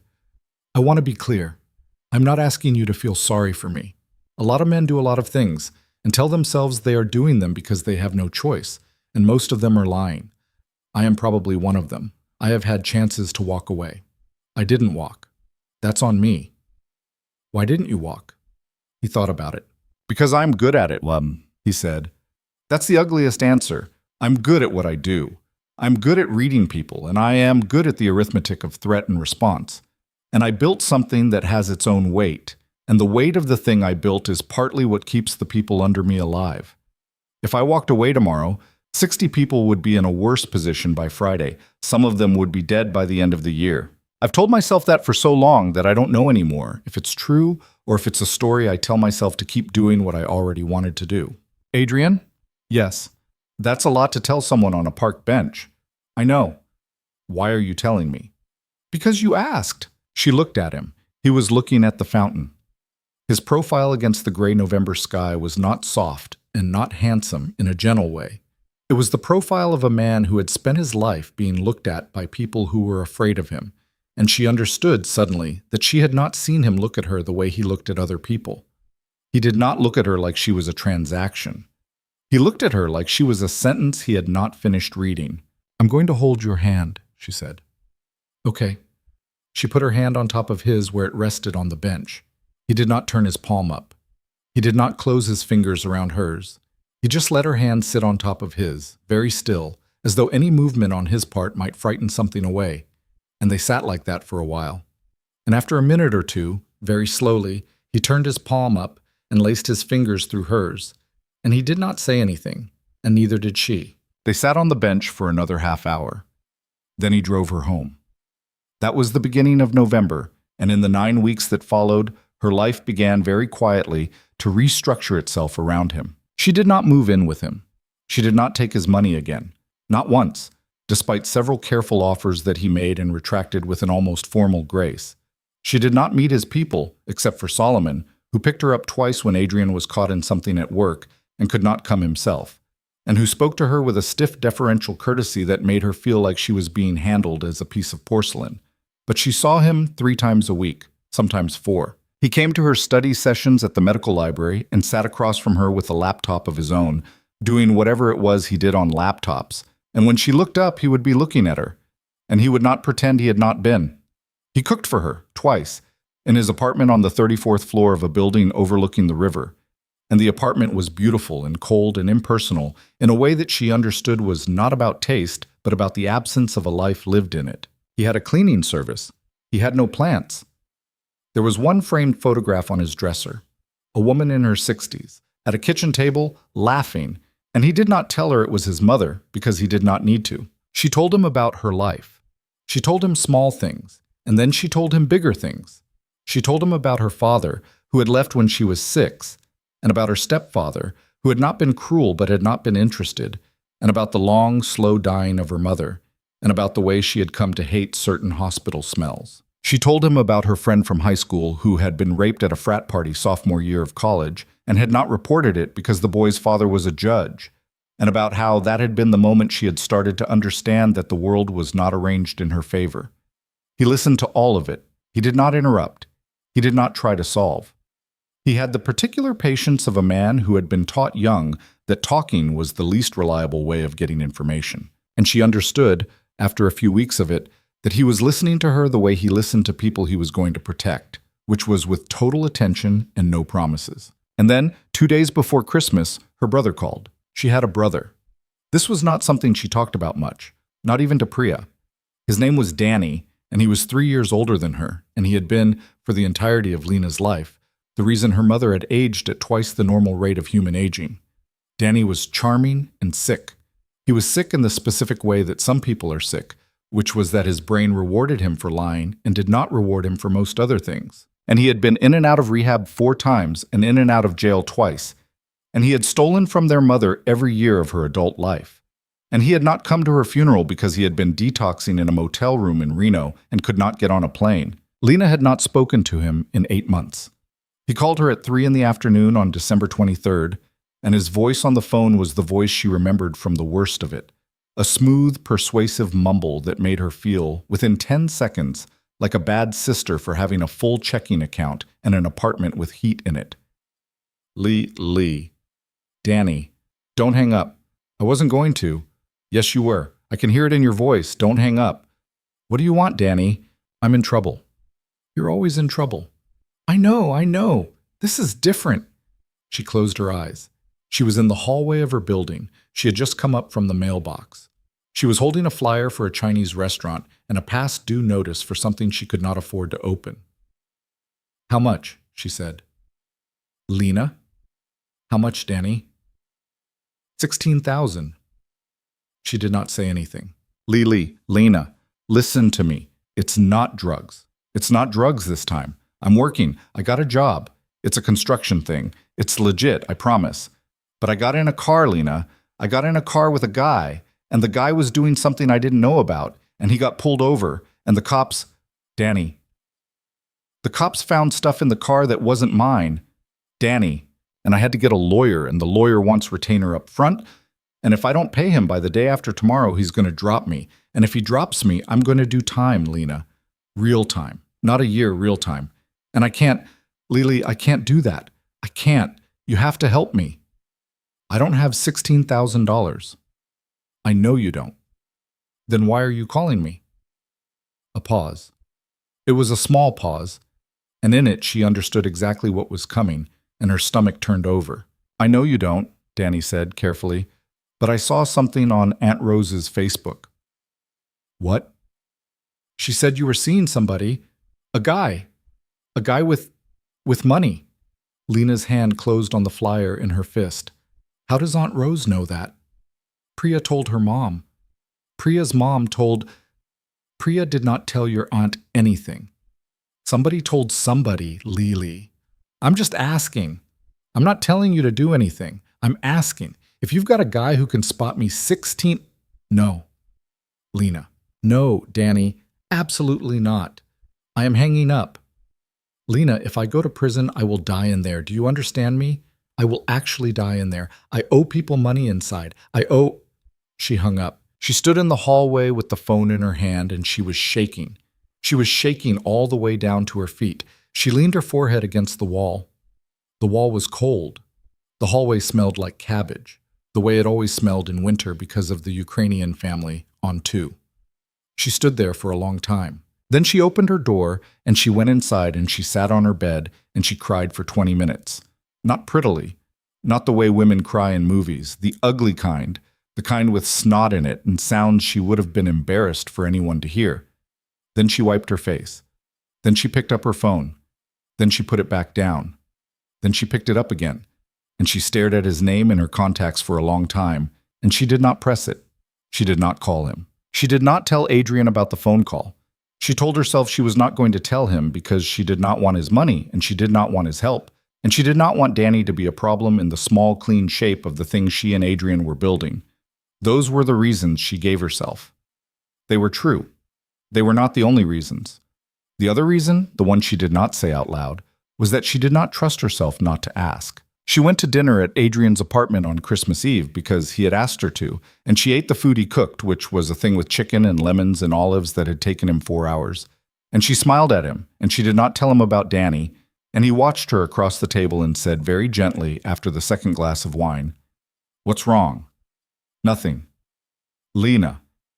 "I said nothing." He did not push. That was the first mistake she made about him. Assuming he had stopped because she'd asked, on December 26th, Danny called her 5 times. On the 27th, 8 times. On the 28th, she blocked his number, and then 2 hours later she unblocked it because she could not stop thinking about him being somewhere she could not reach him if something happened. On December 29th, at 9:45 at night, her phone rang, and it was not Danny. It was a number she did not know. "Miss Carter?" "Speaking." "Miss Carter, my name is Phil Werner. I'm an attorney. I'm calling on behalf of your brother, Daniel Carter. I'm calling because there's been a development in his situation, and he asked me to reach out to you directly." What kind of development? The retainer issue has been resolved, Miss Carter. In full. She sat down on her bed. I'm sorry, she said. The retainer was paid in full this afternoon. Your brother is no longer in danger of losing representation. I have taken the case. I wanted to call you personally because your brother seemed very concerned that you might be made to feel responsible, and he wanted you to know that you are not. That's all. Do you have any questions for me? Who paid? I'm sorry? Who paid the retainer? The payment came from a third party, Miss Carter. I'm not at liberty to disclose the source. Was it Adrian DeLuca? A very long pause. Miss Carter, the lawyer said carefully, I'm not at liberty to disclose the source of the payment. Thank you. Good night. She hung up the phone. She did not cry this time. She was a long way past crying. She sat on the bed and she looked at the wall for what felt like a very long time. And she thought about the fact that she had not told him, and the fact that he had found out anyway, and the fact that $16,000 was roughly 2% of what he probably had in the checking account of the cleanest of his legitimate businesses, and the fact that he had moved the money without asking her and without telling her, and had intended, she understood now, to never tell her. She picked up her keys, she went downstairs. She hailed a cab. It was after 10. The cab cost $41, including tip. She got out at his building. The doorman knew her by now. He nodded her up without calling. She knocked on Adrian's door. He opened it. He was in sweatpants and a t-shirt. His hair was wet from the shower. He saw her face and his own face changed. Lena, you paid my brother's lawyer. He did not answer immediately. I'm not going to lie to you, he said. That was my first promise. So yes. Yes. How did you even know about him? There are $400 a month going out of your checking account in the form of money orders to a P.O. box in Bakersfield. They've been going out since before I knew you. I asked Solomon to find out who was on the other end. He found out. You looked at my bank account. I didn't. Solomon did. Which is the same thing. I'm not going to pretend it isn't. Adrian? I know. Adrian, you can't just... I know. He's not a good person. He's not going to stop. He's going to hit me up again in 6 months and then 6 months after that. And if you pay the lawyer, he is going to take that as information. He is going to put that in the little file in his head of what's available to him. And he is going to come back. And I have spent my entire adult life keeping him off of me. And you just... Her voice broke. You just spent $16,000 giving him directions to me. Adrian did not say anything. He stepped back from the doorway. He held the door open. Come inside, he said. No. Lena. No. I'm saying this in the hallway. I want you to hear it with your feet in the hallway, not sitting down in that apartment like you can manage me. He stepped into the hallway. He closed the door behind him. He was in his socks. Okay, he said. Say it. You can't fix things for me. Okay. You can't reach into my life like that. You can't decide what my problems are and solve them around me. I don't care how rich you are. I don't care how good your intentions are. That is not love, Adrian. That is ownership. And I already told you once that I don't belong to you. I know. Do you? He was silent for a long moment. Lena, he said slowly, you're right. You're right. And I am not going to argue with you about it because you are entirely and completely right. And I am going to apologize to you and I am going to promise you that I will not do it again. I will never move money around you again. I will never solve a problem of yours without asking you. If you ever want my help with anything, you will have to ask me for it in words. And until you do, I will sit on my hands and I will be quiet. I am sorry. I was frightened for you. I heard the phone call to you. I heard the pattern of it. I saw the calls coming in. I saw what happened to your sleep. I watched you sit across from me at dinner on Christmas Eve and tell me nothing was wrong, and I could see it was wrong, and He stopped. He swallowed. I panicked. I panicked like a man who does not know how to panic like other people. I panicked by writing a check. And I should not have done it, and I am sorry, and I am going to undo it, if you want me to undo it. You can't undo it. I can. I have people. The money can come back out of the retainer by tomorrow morning, and your brother can go to the public defender, and none of this will have ever happened. He'll go to prison. Probably. She closed her eyes. Don't undo it, she said. Okay. But you will never do anything like it again. I will never do anything like it again. Swear it. I swear it. On what? He looked at her. On the only thing I have, he said, that's worth swearing on, which is the last 12 years of my life being a thing I can walk away from. If I break this promise to you, I will walk away from every part of it, and I will mean it. That is what I am swearing it on. She looked at him for a long time. She was not crying. She realized she had stopped being angry somewhere in the middle of his apology, which was annoying because she had come here prepared to be angry for at least an hour. I don't know if I believe you, she said. I don't blame you. I think you meant to tell me the truth just now. I'm not sure that's the same as the truth. It's not. I know it's not. Adrian. Yes. I'm tired. I know. Can I sit down? Yes. Come inside, please. She went inside. She sat on his couch. He made her tea. They sat on opposite ends of the couch with about 3 feet between them, and they did not touch. And at some point around 1 in the morning, she fell asleep with her head against the arm of the couch, and he put a blanket over her, and he sat in the chair across the room, and he watched her sleep for a long time, not in a creeping way, just in the way a person watches a thing they have come very close to losing. And in the morning she woke up, and she saw him in the chair, and she said, "Did you sleep?" And he said, "No." And she said, "Come here." And he came. He sat down on the floor in front of the couch with his back against it. She reached down and she put her hand on the back of his neck. And she did not say anything, and he did not say anything. And they stayed like that for a long time while the light came up gray over the river outside. Something was different after that morning. Not better, necessarily. Harder in a way, but different. They stopped pretending, both of them, that whatever they were doing was small. They stopped pretending that either of them was going to walk away. He did not send any more envelopes. She did not ask for any more reassurances.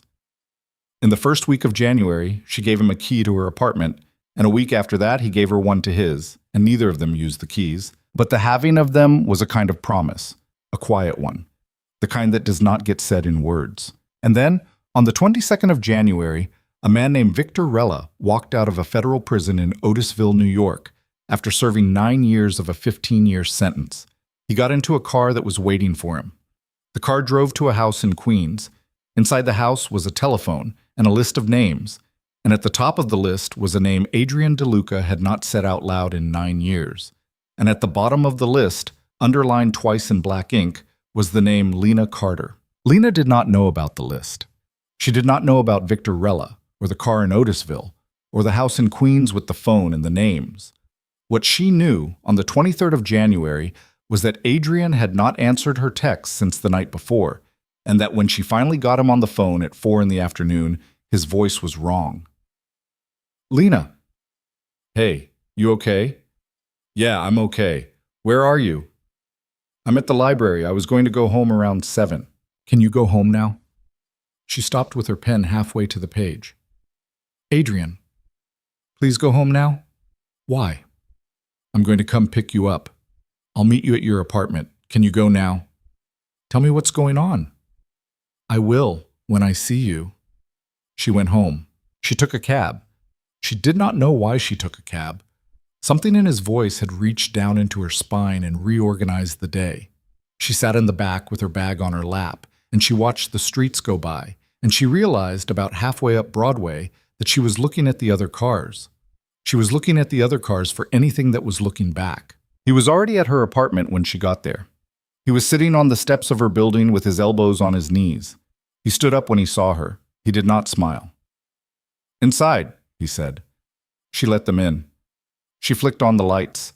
The apartment was small and cluttered and warm, and under normal circumstances she would have been self-conscious about the pile of laundry on the armchair, but she was not thinking about the laundry. "Sit down," he said. "You sit down. You're pacing." He did not sit down. "Lena, I need to tell you something, and I need you to listen, and I need you not to interrupt me for about 3 minutes. Can you do that?" "Yes. 9 years ago I was responsible for putting a man in prison. His name is Victor Rella. I was not the reason he went in, but I was part of the reason he stayed in, and I was the reason the sentence came down the way it did. He was released yesterday morning. I did not know he had been released. I should have known. That's on me. I have people whose job is to know and they missed it, and now I have the information and I am working on why they missed it, because that matters. But what matters more right now is that he has a list of people he wants to hurt. I know he has the list because one of the names on it is a man who works for me, and that man came to me this morning. I told him to take his family to Vermont by tonight. He is packing. He'll be gone in 2 hours. Am I on the list? He did not answer.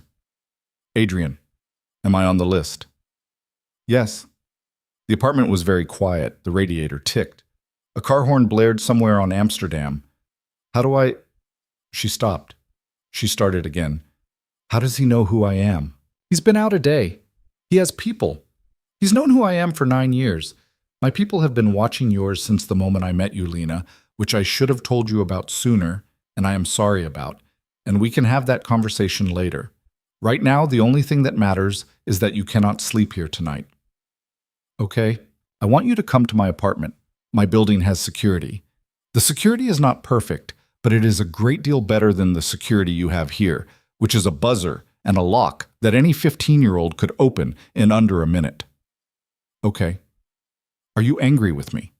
About what? About the part where I just told you my people have been watching you. She looked at him. She looked at him for a long time. We are going to have a conversation about that, she said. A long one.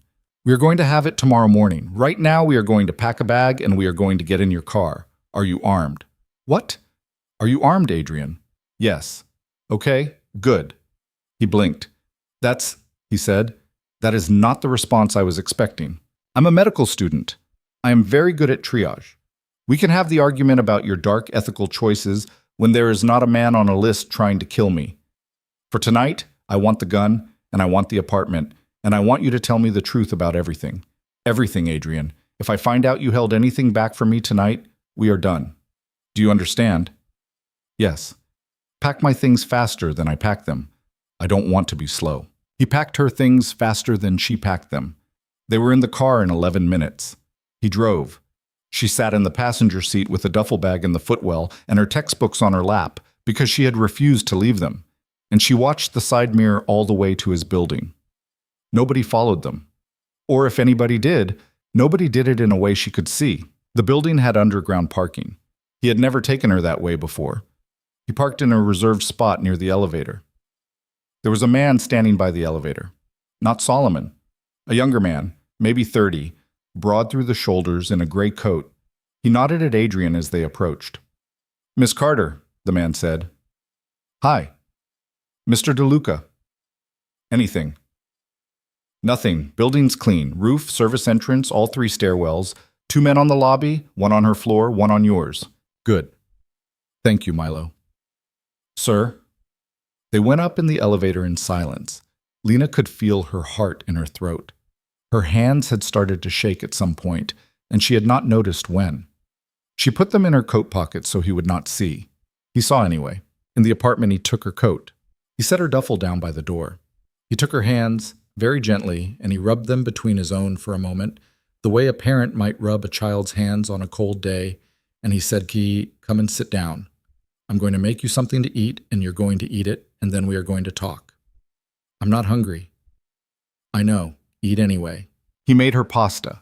Simple pasta, butter and black pepper, and parmesan, which she had said once, weeks ago, was the thing her mother used to make her when she was sick. He remembered. Of course he remembered. He had the kind of memory that made her feel sometimes like she was being filed. She ate half of it. That was all she could manage. Then she sat on the couch, the same couch she had slept on 3 weeks ago, and she said, Tell me everything. He sat down across from her in the chair he had sat in that morning while she slept. Ask, he said. I'll answer. Anything you want. The watching? Solomon, and a woman named Inez Park. They have been taking turns on a rotating basis, making sure that the building you live in is not being surveilled by people who are not us. They started the week I met you. They started without me telling them to start. When I found out they were doing it, I told them to stop, and they told me no. They told me no because they are not stupid. and because they have known me longer than you have. And they said to me that if I was going to keep seeing you, they were going to keep watching you, because they were not willing to be the ones who had to identify your body if something went wrong. That was Solomon's phrasing, not mine. I am repeating it to you because you told me not to hold anything back. How close do they get? Not close. They sit in cars. They watch foot traffic. They watch for patterns. They do not follow you to school. They do not listen to your phone. They do not photograph you. Are you sure about that last part? I am sure about Solomon and Inez. I cannot be entirely sure that nobody else has ever photographed you, because I have enemies I do not know I have, and some of them have been curious about me for a long time. I have operated for 9 years on the assumption that anybody close to me is being watched by someone, somewhere. That is the life. I did not invite you into it.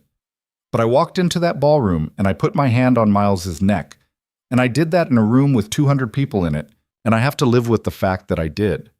There were other ways to help you that night, quieter ways. I did not choose them. Why didn't you? Because I wanted him to see me do it. I wanted everyone in that room to see me do it. I wanted it recorded, in the collective memory of people who matter, that you were a person I would put a hand on a man for. That was in effect a claim. I'm not proud of it. I was not thinking about you that night, Lena. I was thinking about me. Lena was quiet for a long time. Tell me about Victor Rella, she said. Victor Rella used to work for my father. He did not work for me because by the time my father was dead, I had already begun the process of cleaning out the people who had worked for my father, and Victor was one of the first ones out. He did not take it well. He started his own thing. For a few years, we had an arrangement, me and him, territorial. Then, 9 years ago, he took a contract I had told him explicitly he could not take. It was a contract on a man whose daughter was 11 years old. Not a piece of work I was going to allow in my city. I told him no. He took it anyway. I made a phone call. The phone call was to a federal prosecutor who had been trying to get to Victor for 6 years and had not been able to. I gave the prosecutor 3 hours of audio that I had been collecting for 2 years for exactly that kind of moment. Victor went to prison. He was supposed to be there until 2031. He has been in for 9 years and he is out now, and I do not know why. And my people are finding out why, and by tomorrow morning I will know. Is the 11-year-old still alive? Yes. Good. I'm sorry? I said good. He looked at her. Lena, he said, I'm not saying I approve of how you got him there. I'm saying I'm glad the 11-year-old is alive. Those are two different things. Keep going. Victor blames me for the 9 years. He is not wrong to. If he wanted to come after me, he would come after me. He's been out a day and he has already made clear, through certain channels, that he is not going to come after me directly. He is going to come after the people I care about. That is an old strategy. It is a strategy that tells me he is not interested in taking over anything. He is not a businessman anymore.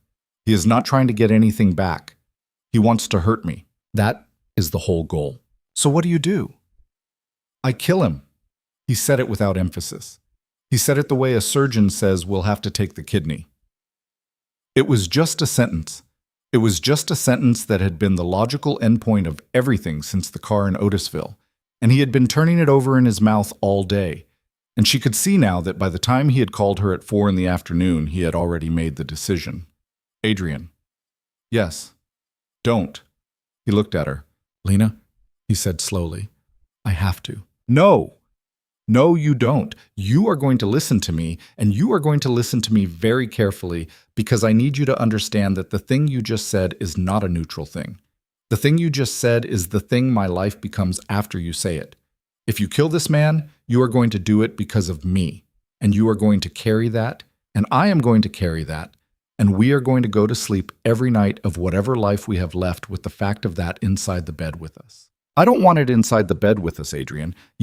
Go outside and you think I do. I think you're tired. I think you're scared. I think you have done this kind of arithmetic so many times in your life that it has stopped feeling like arithmetic. And I think that if I let you do it now, tonight, the way you are planning to do it, you're going to do it the way you have always done it, and I am going to lose you. Not to the police, not to some other Victor Rella. I'm going to lose you to the part of yourself you have been running away from for 15 years, and it is going to come back in, and it is going to fill up all the room I have been trying to make for the other part. And we are going to be finished. I am not going to leave you. You're going to leave yourself, and I am going to watch, and there is going to be nothing I can do about it." He did not answer. She was crying. She had not noticed when she had started crying. Her nose was running. She wiped it on her sleeve. She did not care. "You asked me what I wanted," she said, on the park bench. "You said you hoped that at the end of whatever this was, we would both look back and think it had been worth the cost. This is the cost, Adrian. You kill this man and you save my life tonight and you cost us the rest of it. That is the math. That is the actual math. Don't do it." "Lena, if I don't, he is going to kill you. Do you understand that? He is going to walk up behind you at a bus stop one morning, and he is going to put a gun against your skull, and he is going to kill you, and I am going to have to identify your body. Do you understand what I am telling you?" "Yes." "Then how can you—" "Because I am not going to let you become the man who did that to keep it from happening.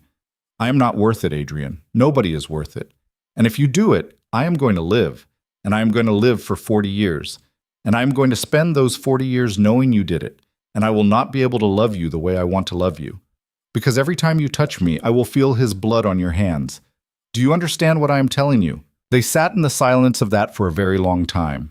He had his face in his hands. She had her arms wrapped around her knees on his couch, and she was not a person in a movie, and she was not a heroine, and her nose was running, and her eyes were red, and she had not brushed her teeth since morning, and she loved him. She had not said it. She understood, sitting on the couch with her knees pulled up, that she had not said it, and that she was going to have to say it, because if she did not say it tonight, she was not going to get the chance to say it at all. One of them was not going to make it through the next 48 hours the same way they had come in. "Adrian." He looked up. "I love you," she said. He closed his eyes.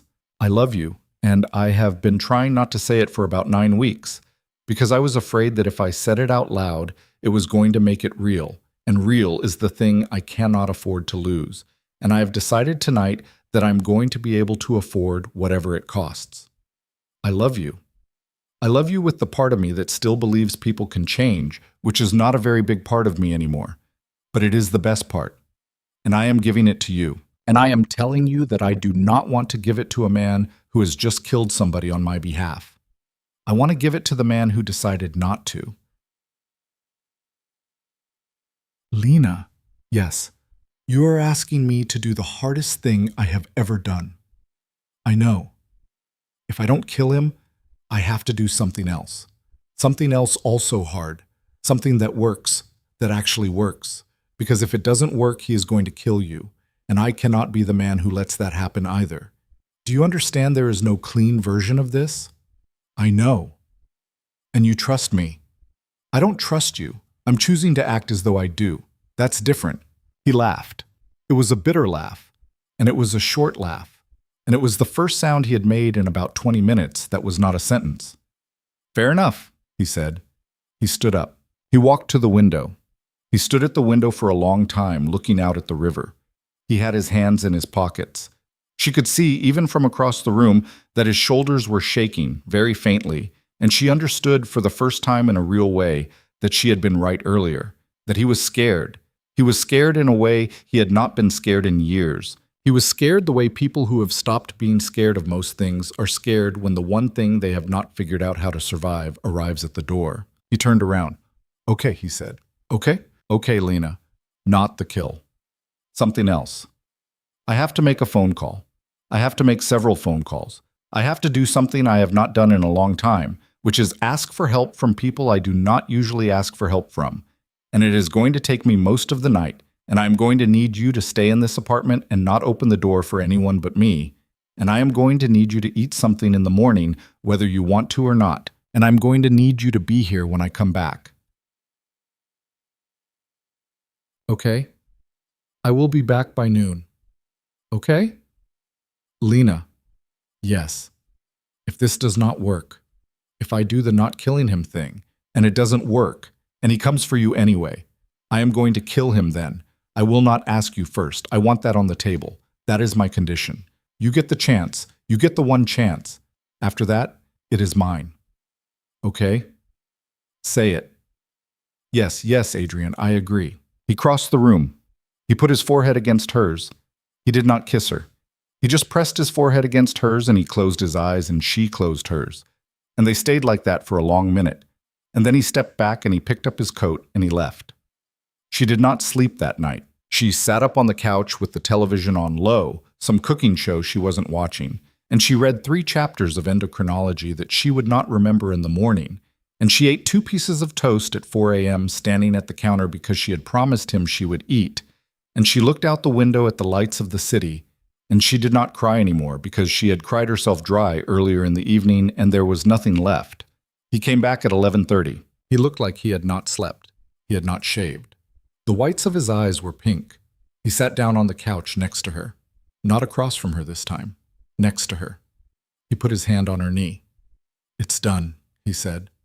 "What did you do?" "I gave him something he wanted more than he wanted to hurt you." "What?" The name of the person who paid to have his sentence reduced from 15 to 9. The name of the person he did not know existed. The name of the person who, it turns out, had been letting him rot in there for 4 years longer than he needed to because it was cheaper to keep him in there than it was to kill him, and who cut him loose yesterday because the balance finally tipped the other way. I gave him that name, and I told him where that person would be at 4 p.m. tomorrow. I did not point the gun, Lena. I told him where the gun would be and whose house it was in. What he does with that information is his. Adrian. I know. That's not... I know. That's... Lena, I know. I know.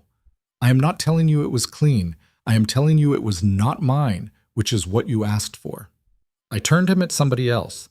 He is going to go do the thing he was going to do to you, and he is going to do it to somebody else, and that somebody else is in fact a person who does not have clean hands either, and I am telling you this because I am not going to lie to you, and I am also telling you that I am not going to feel bad about it, because if I start feeling bad about it, I am not going to be able to function, and I need to function because you are in this apartment and you need to still be alive on Friday.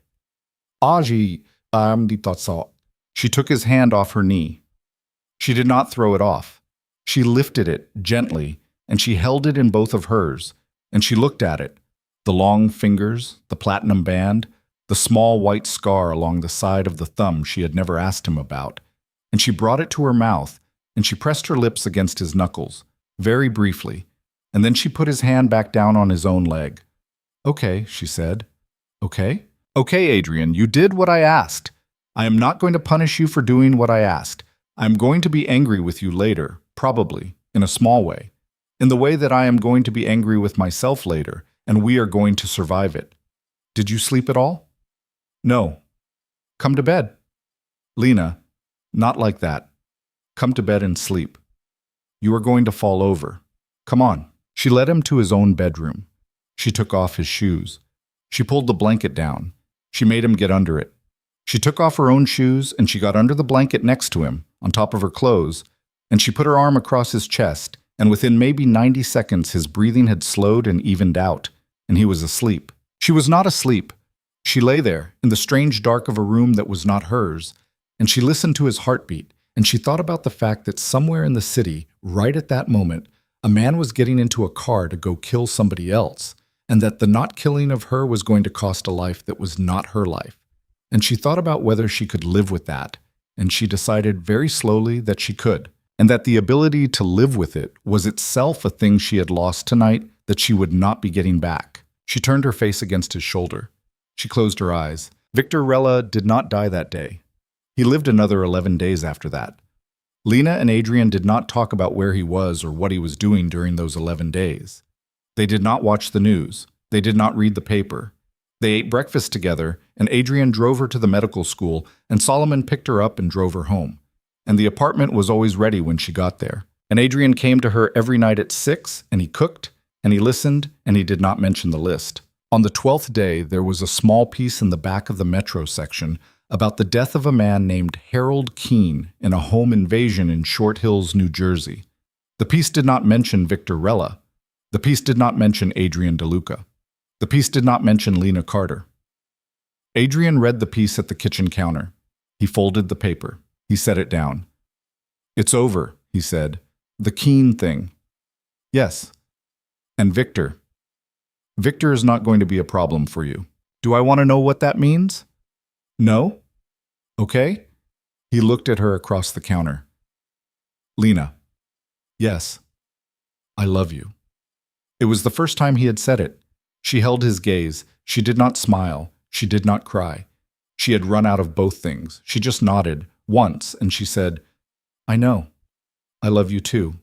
Eat your eggs. They ate their eggs. She thought for a few weeks that it was over, that they had paid the price, and the price was now paid, and the rest of their lives could begin. She was wrong. She did not yet know how wrong. The thing that was going to come to her door had not yet gotten into its car. It was not going to get into its car for 23 more days. But for 23 days, she was happy. She would remember that later. The specific fact of those 23 days. She would remember them as the last time in her life that she had been completely, unguardedly happy.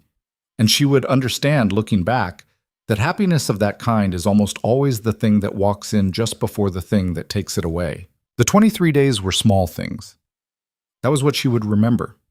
Not the big things, the small ones. The morning he showed up at her apartment at 6:45 with 2 coffees and drove her to her OB rotation because it was raining and she had not wanted to walk to the subway, and the way he had sat in the car outside the hospital reading the paper until he saw her get inside through the glass doors before he pulled away. The afternoon she came back to his apartment and found him on the floor of the living room, sleeves rolled up, assembling a small bookshelf from a flat pack he had ordered because she had mentioned 3 weeks ago that she did not have enough room for her textbooks at her place, and that when she stayed with him, her books lived in a tote bag by the door. He had not mentioned buying the shelf. He had just bought it, and he had put it together badly, with one of the shelves upside down, and she had laughed at him, and he had looked up with an Allen wrench in his hand and said, I am a man of many talents, Lena, but IKEA is not one of them. And she had sat on the floor next to him and helped him disassemble the wrong shelf and put it together right. The night they had gone to Joe's, just the 2 of them, and the waitress had brought them 2 slices of cherry pie without being asked, and he had told her about the journalism teacher he'd had in the 10th grade, a woman named Mrs. Adario, who had written a letter of recommendation for his college applications before the applications stopped mattering, and who had died in a nursing home in Rhode Island 6 years ago, never knowing what had happened to him, and he had said, very quietly, that he still thought about writing her a letter sometimes. The first time he had said I love you in daylight, in the middle of a grocery store, between the paper towels and the laundry detergent, in exactly the tone of voice a person would use to say we're out of milk. The way he had started leaving a pair of his socks in the top drawer of her dresser, the way she had started leaving a toothbrush at his place, the way these things had happened without either of them remarking on them, the way 2 lives do, in fact, braid together, in the end, not through decisions but through accumulated habits of kindness. It was February now. The city was ugly in February. The snow was the color of wet cigarettes, and every curb was a small gray pond. And she was studying for another exam, and he was working, and they were living, and she was happy. And the price of that happiness did not come due until the 17th of February, which was a Monday, and which was the day somebody tried to kill her on the 116th Street platform. She was standing at the edge. She was not at the edge exactly. She was back from the edge by maybe 2 feet, which was a distance that she had calibrated in her head years ago as the right distance, far enough to not get pushed in, close enough not to hold up the person behind her. She had her headphones in. She was not listening to anything. She had them in because they were a social signal, a small flag that said, please do not speak to me, I am tired. And she had just come off a 16-hour shift, and she was thinking about nothing more ambitious than a shower and a bowl of cereal. She felt the push before she heard anything. It was a hand. Flat. Low on her back, below the shoulder blades. It was not a shove from somebody who had tripped.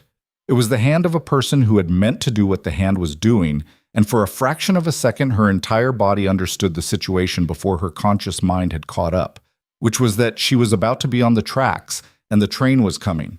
She could feel the vibration of it through the concrete, and this was the moment where her life became a statistic in the morning paper. She did not fall. Her left foot caught the edge and she pitched forward, and the woman standing next to her, a stranger, a woman in a blue scarf, a woman whose name Lena would never learn, grabbed her elbow, hard, with both hands.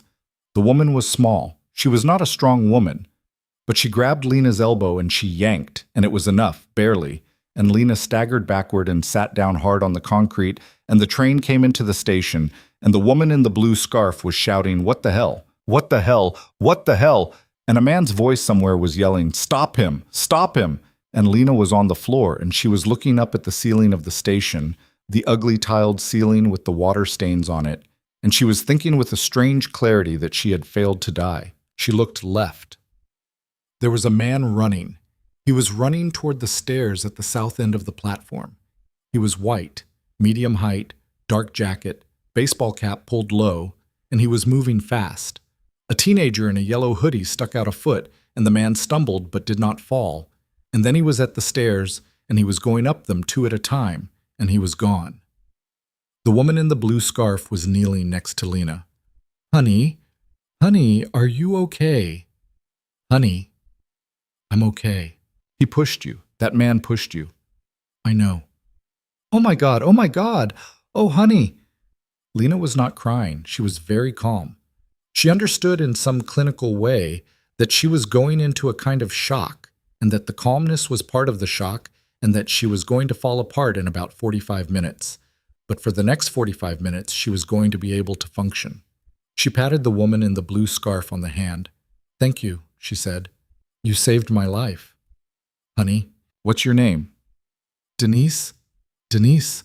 Oh God, honey, you're shaking. Denise. Thank you. Can you do me one more favor? Can you stay with me until I can make a phone call? Yes, of course. Lena called him. She did not call 911.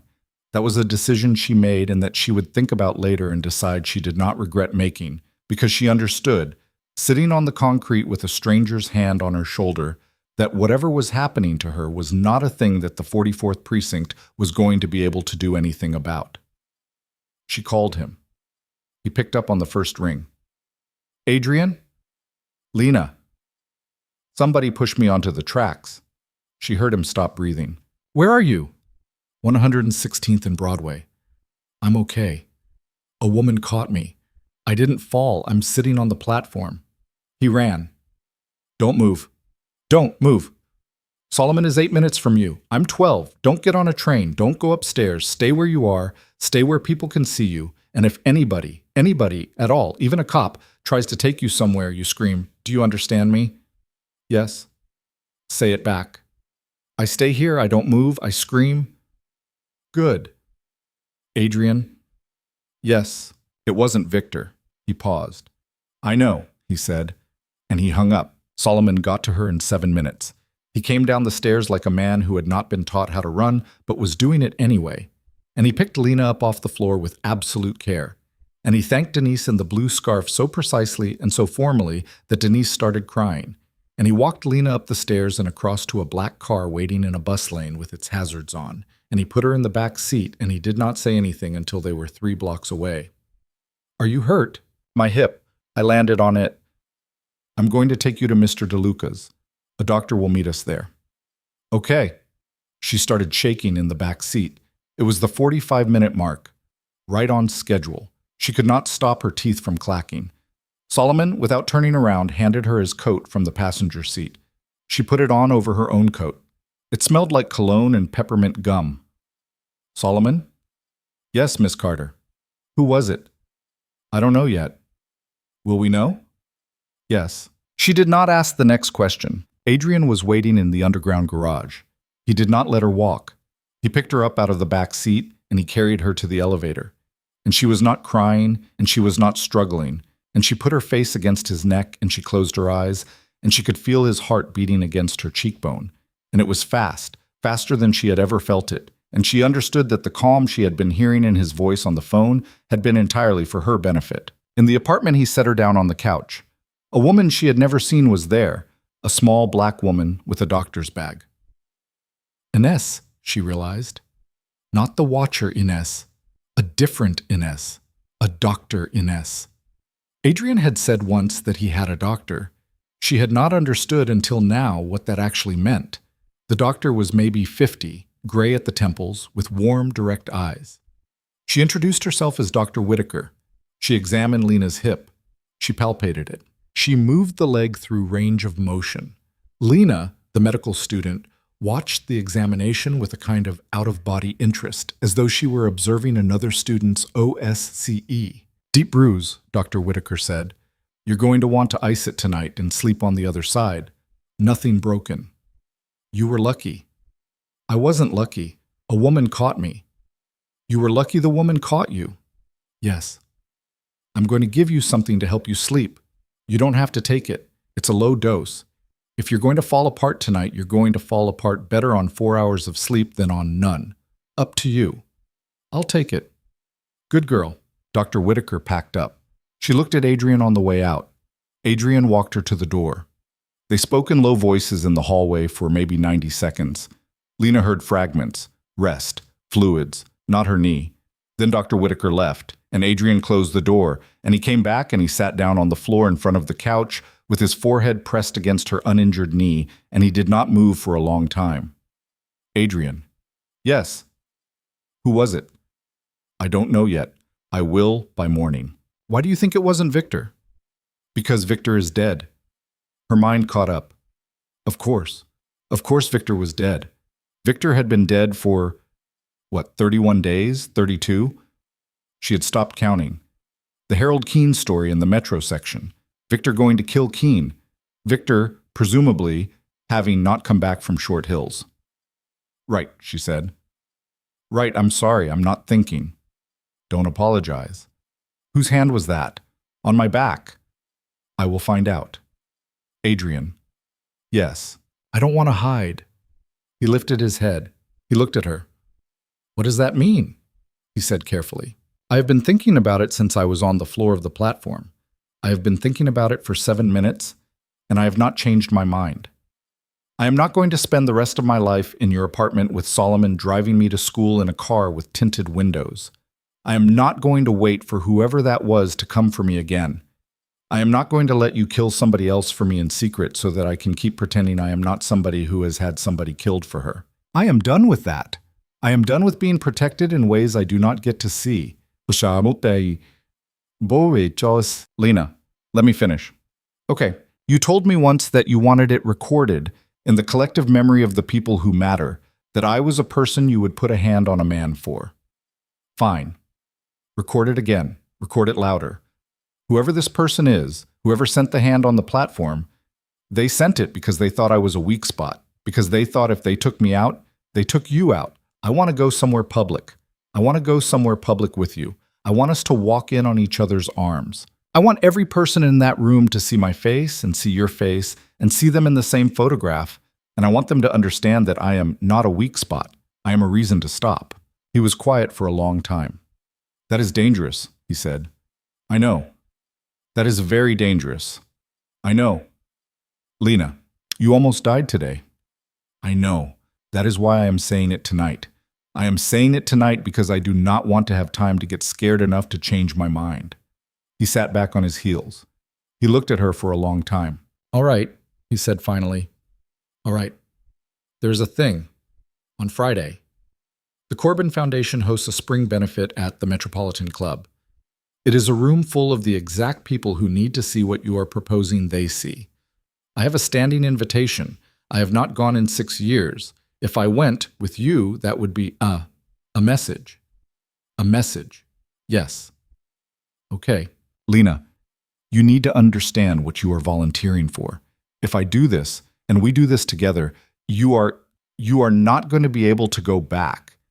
You are going to be a public thing, in the specific small public of people who know who I am. That is permanent. Your face is going to be in certain photographs. Your name is going to be known in certain rooms. You're not going to be able to be a doctor in Scranton in 10 years who nobody has ever heard of. That is gone. You are choosing that to be gone. I know. Say it. I know, Adrian. I am choosing. I am choosing with my eyes open. I am choosing because the alternative is being pushed onto a set of tracks while wearing headphones, and I am not going to be that person. I am going to be the person in the photograph. He reached up. He put his hand against the side of her face. Okay, he said. Okay, Lena. Friday. Her hip hurt for 3 days. She iced it. She slept on her right side. Adrian did not let her go to school. She argued with him about it for about 40 minutes on Tuesday morning. And she lost, because she understood somewhere in the middle of the argument that he was not really telling her not to go to school. He was asking her to give him 3 days to put together the security she needed to walk into a ballroom on Friday and not be killed, and the 3 days of not going to school was the price of the Friday. She called the dean's office. She said she had a family emergency. The dean's office was understanding. She was a good student. She was, everyone agreed, the kind of student one accommodated. On Wednesday afternoon, a package arrived at the apartment. Adrian did not open it. He pointed at it. "For you." "What is it?" "A dress." "You bought me a dress." "I did not buy you a dress. A woman named Imani, who has dressed me for 11 years, selected a dress for you on my behalf, on the basis of a photograph. She asked me to tell you that she is sorry she did not have you in for a fitting, and that she has put aside 3 more for you for alterations when this is over. I am telling you this so that you understand the dress is not a gift. It is a costume. It is an item of work equipment for Friday." "I did not want to buy you a dress. I knew that you did not want me to buy you a dress. This is the compromise. Imani will invoice you. You can pay her in installments. The invoice will be for exactly what the dress costs to produce, with no markup, and if you fight me on this, I will fight back." She looked at him. "Okay," she said. "Okay?" I said, "Okay, Adrian. You are not going to argue with me. I am too tired to argue with you about a dress. I will argue with you about something else next week. Let me see the dress." The dress was black. It was simple. It had long sleeves and a high neck and a long straight skirt, and it was not the dress of a girlfriend, she understood. It was the dress of a woman. It was the dress of a person who had been selected to stand in a particular room and look like somebody who belonged there. It fit her as though Imani had actually measured her, which, she realized with a small pang, was probably possible. She did not want to know how. She looked at herself in the mirror. "I look like a widow," she said. Adrian was leaning in the bathroom doorway. He considered this. "You look like a woman who would bury me," he said, "which is the look we want." She laughed. She did not mean to. It came out of her in a short, surprised burst, and she saw his face in the mirror behind her, and for a second he looked at her the way he had looked at her in the diner the first time she had laughed, and she thought, with a small bright pain, "We will survive this." Friday came. She ate. She ate deliberately, 2 eggs and toast at 7 a.m., and a sandwich at noon, and a small bowl of soup at 4 because she did not want to be hungry in the dress, and she did not want to be drunk on 1 glass of champagne. Adrian was gone most of the day. He came back at 5. He did not tell her where he had been. He was wearing a different suit from the one he usually wore, cut closer, and he had shaved very carefully. And when she came out of the bedroom in the dress, he looked at her for a long moment and said, "Oh, what? Oh, come on. Solomon is downstairs." The car that night was not the Mercedes. It was something lower, blacker, heavier, something armored, she understood, without him having to tell her. Solomon drove, there was another car in front of them and another car behind them. She did not ask who was in them. The Metropolitan Club glowed like a lantern on Fifth Avenue. They pulled up in the line. They waited their turn. When the door opened and she stepped out slowly, on Adrian's arm, and her hip twinged, and she did not let it show, and she lifted her chin the way her mother had taught her to lift her chin when she was 15 and had been made fun of by a girl at school, and she walked up the steps beside him as though she had been walking up steps like that her entire life. Photographers, not the kind outside movie premieres, the discreet kind, the ones who sold prints to glossy magazines 6 months later. They photographed Adrian. They photographed her. They photographed them together, her hand in the crook of his arm, and she did not smile, because the look Imani had put her in was not a look that smiled. Inside, the room was gold and white, and she recognized, within 10 seconds of entering it, maybe a dozen faces. Not because she knew them personally, because they had been in the ballroom of the Hotel Meridian 4 months earlier. A woman in silver, a former Secretary of State, and at a table near the bar, his tuxedo perfectly pressed, a glass of bourbon in his hand. Miles. Miles saw them. Miles saw them, and he went white, and he set down his bourbon very carefully, and he did not stand up. Adrian did not look at him. He did not need to. He walked Lena past Miles's table to the bar, and he ordered her a sparkling water with lime, and he ordered himself a soda because neither of them was going to drink tonight. And he turned her so her back was to Miles and his back was to the room, and he said softly, without moving his mouth much, "You did well." I haven't done anything yet. You walked into the room. You are in it. That is the whole operation. The rest is champagne. I'm scared, Adrian. I know. Don't leave my side. I'm not going to. He did not. They moved through the room. He introduced her. This is Lena Carter. He did not say my girlfriend. He did not say my partner. He did not have to. The way he said her name was enough. The hand at the small of her back was enough. She watched people's faces when they heard her name. She watched them register it. She watched them file it. She felt, for the first time in her life, the specific weight of being known, and she did not enjoy it. And she understood that it was going to be hers now, permanently. She shook hands with the Secretary of State, who was 81, and who held Lena's hand a little longer than she needed to, and who looked at her with bright, curious eyes and said, "My dear, are you the young woman at the Meridian in October?" "Yes, ma'am." Good for you." "Ma'am?" "Good for you, my dear. My regards to Mr. DeLuca." The Secretary of State moved away. "What did she mean by that?" Lena said quietly. "She meant she saw what happened with Miles," Adrian said. "And she doesn't like Miles's father. She was retiring from that cabinet when his father was coming in. They had a falling out on a judicial appointment. She holds grudges. She just told you, in the politest possible way, that she is going to be on your side for as long as it is convenient for her to be on your side, which is probably about 3 more years. That is useful. Remember her name. Evelyn Marsh. Buzz, good girl." It happened at 9:17. She would remember the time because she had looked at her watch 30 seconds before it happened. She had been thinking about how she wanted to sit down. Her hip was starting to ache. She and Adrian had moved to the edge of the ballroom near a set of tall windows, and she was leaning, very slightly, against the sill behind her. The first thing was the sound. It was not a gunshot. She thought it was, for a second, but it was not. It was a caterer's tray of glasses hitting the floor. She turned her head toward the sound. So did everybody in the room. So did Adrian. And in the one moment when Adrian's attention was not on her, a man in a waiter's jacket came up on her other side, very close, and put something against her ribs hard, and said very quietly into her ear, "Walk. Don't talk. Walk." The object in her ribs was a knife. She understood this instantly. She did not understand how she understood it, but she understood it, and something in her body that she had not known was in her body switched on, and it was not fear. It was something older and colder than fear. It was the thing she had been carrying since she was 23 years old and had watched her mother die in a bed, which was the refusal to be small. She did not walk. She turned. She turned into the knife, not away from it, which was not the thing anybody had taught her to do, but was the thing every medical student learns about the geometry of a blade, which is that the worst angle for the blade is the one the blade was not expecting. She turned, and she brought her right elbow up and out and across in a short, tight arc, and it caught the man under the chin, not hard, not the kind of blow that would drop a man, but hard enough to snap his head back and interrupt his grip.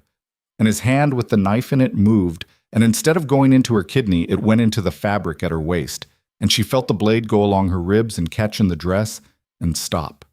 And she turned all the way now, and she grabbed his wrist with both hands, and she bit him. She bit him. She bit him on the wrist. She bit him hard enough to taste blood in her mouth, and he screamed a short, high yelp that she would remember later as the most satisfying sound she had ever heard. And then Adrian was there. Adrian was there, and he had his hand on the man's throat, the same way he had had his hand on Miles's throat. But this time his hand was not merely resting, and this time the other hand had something in it. And the man in the waiter's jacket made a small sound, a small surprised sound. And then he was on the floor, and there was a great deal of blood on the floor, and someone at a nearby table was screaming, and Adrian had his arm around Lena's waist and was pulling her backward, away from the window, toward a door she had not noticed at the far end of the room. "Are you cut?" "No, it stopped in the dress. I'm fine. I'm fine, Adrian. I'm fine. Are you sure?" "I'm sure." He got her out of the room. Solomon was already there, at the service door. 2 more men she did not know. They were moving fast. She could still hear, behind them, the screaming from the ballroom, and the distant, confused, authoritative voices of security people who had been at the wrong end of the room, and someone yelling for a doctor. And she thought, with a strange, savage clarity, "I am a doctor. I am almost a doctor, and I am not going back in there to help him. She would think about that later, that she had not gone back, that Adrian had moved her out and she had moved with him, and she had not looked back at the man on the floor, and that a version of her from 6 months ago would have, and that the version of her from now did not, and that the difference between those two versions was something she was going to have to live with for the rest of her life. The car was waiting. They got in. The car moved. She was breathing hard. Her hip was on fire. The front of her dress had a 6-inch cut in it along the ribs, very clean, and through the cut she could see her skin, which was not bleeding but was beginning to bruise, one long purple line from the flat of the knife sliding along the bone. The dress was ruined. She felt very sorry about the dress. That was, for some reason, the thing she was most sorry about in that moment. She was going to have to pay Amani for the dress. Adrian. Yes. Who was that? I don't know yet. I will. You killed him. Probably. Yes. In front of 300 people. Yes. Adrian. Yes, Lena. That was the plan, wasn't it? He turned his head. He looked at her. No, he said. No, Lena, that was not the plan. The plan was that they would see you on my arm, and they would understand, and they would go home, and there would be phone calls in the next 2 weeks, and the phone calls would be the thing. What just happened was not the plan. What just happened was that someone made a bet that I would not kill a man in a room full of witnesses, and that bet was wrong. And I want you to know that I understand I have just made your life more complicated in ways we are going to be unpacking for a very long time. I am sorry. I am sorry about the dress, and I am sorry about the blood, and I am sorry you had to bite a man. I am not sorry he is dead. I want to be clear about that. Okay? Are you okay? No, but I'm alive. That's different. Yes. Adrian. Yes. I'm not going back to the apartment tonight. He paused. Where do you want to go? I want to go to my apartment. I want to sleep in my own bed. I want to put my own sheets on my own face. I want one night in my own life before my life becomes whatever it is about to become. Please. He was quiet for a long moment. Okay, he said. You won't come in with me.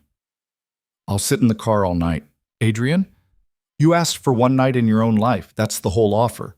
I'm not giving that up. I will sit in the car, Lena, and Solomon will be across the street, and I will sit in the car all night, and in the morning I will come up and knock on your door, and you will let me in or you won't, and that is up to you. Is that acceptable?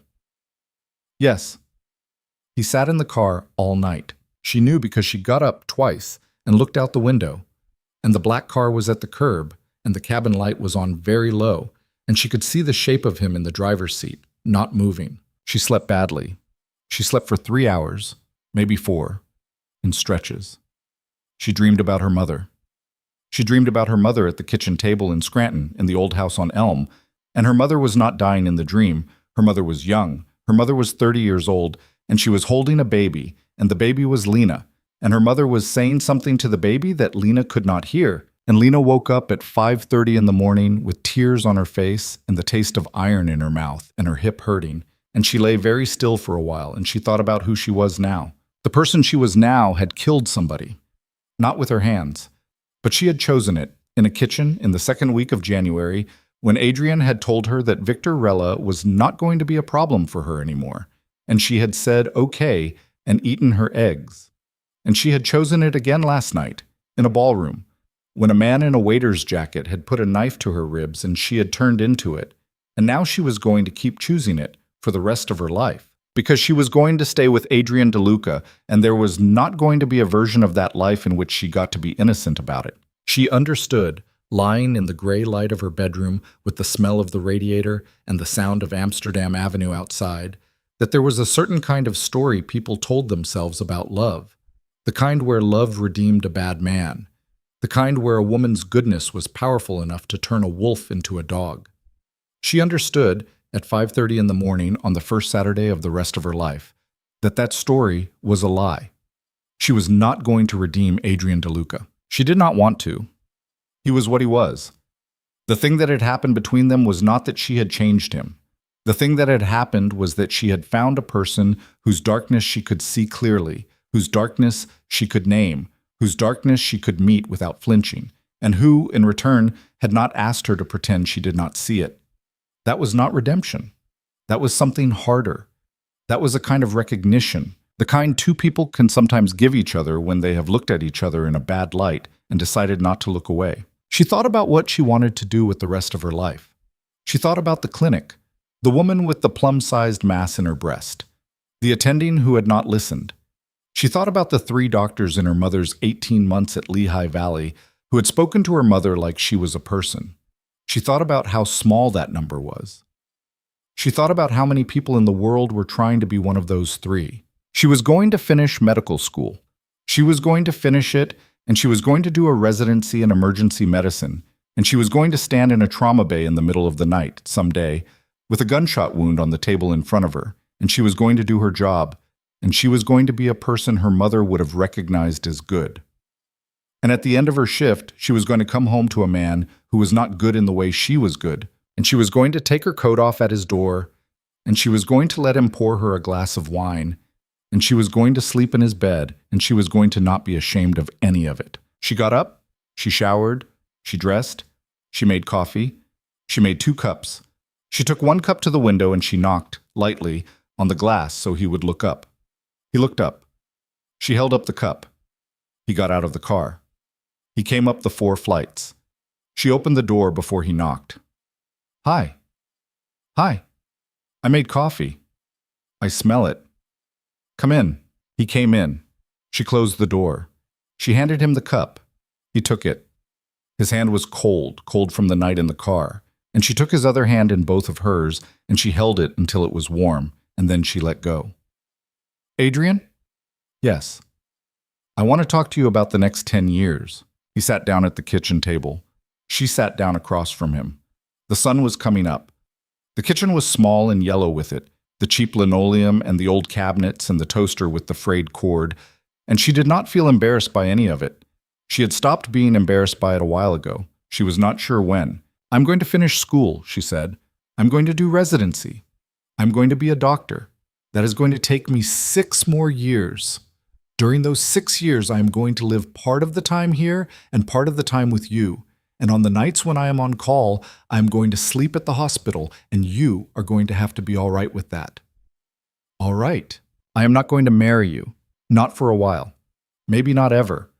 I am not ruling it out. I am saying it is not on the table. I am too tired to be somebody's wife right now, and I have decided that I am not going to do something I am too tired to do.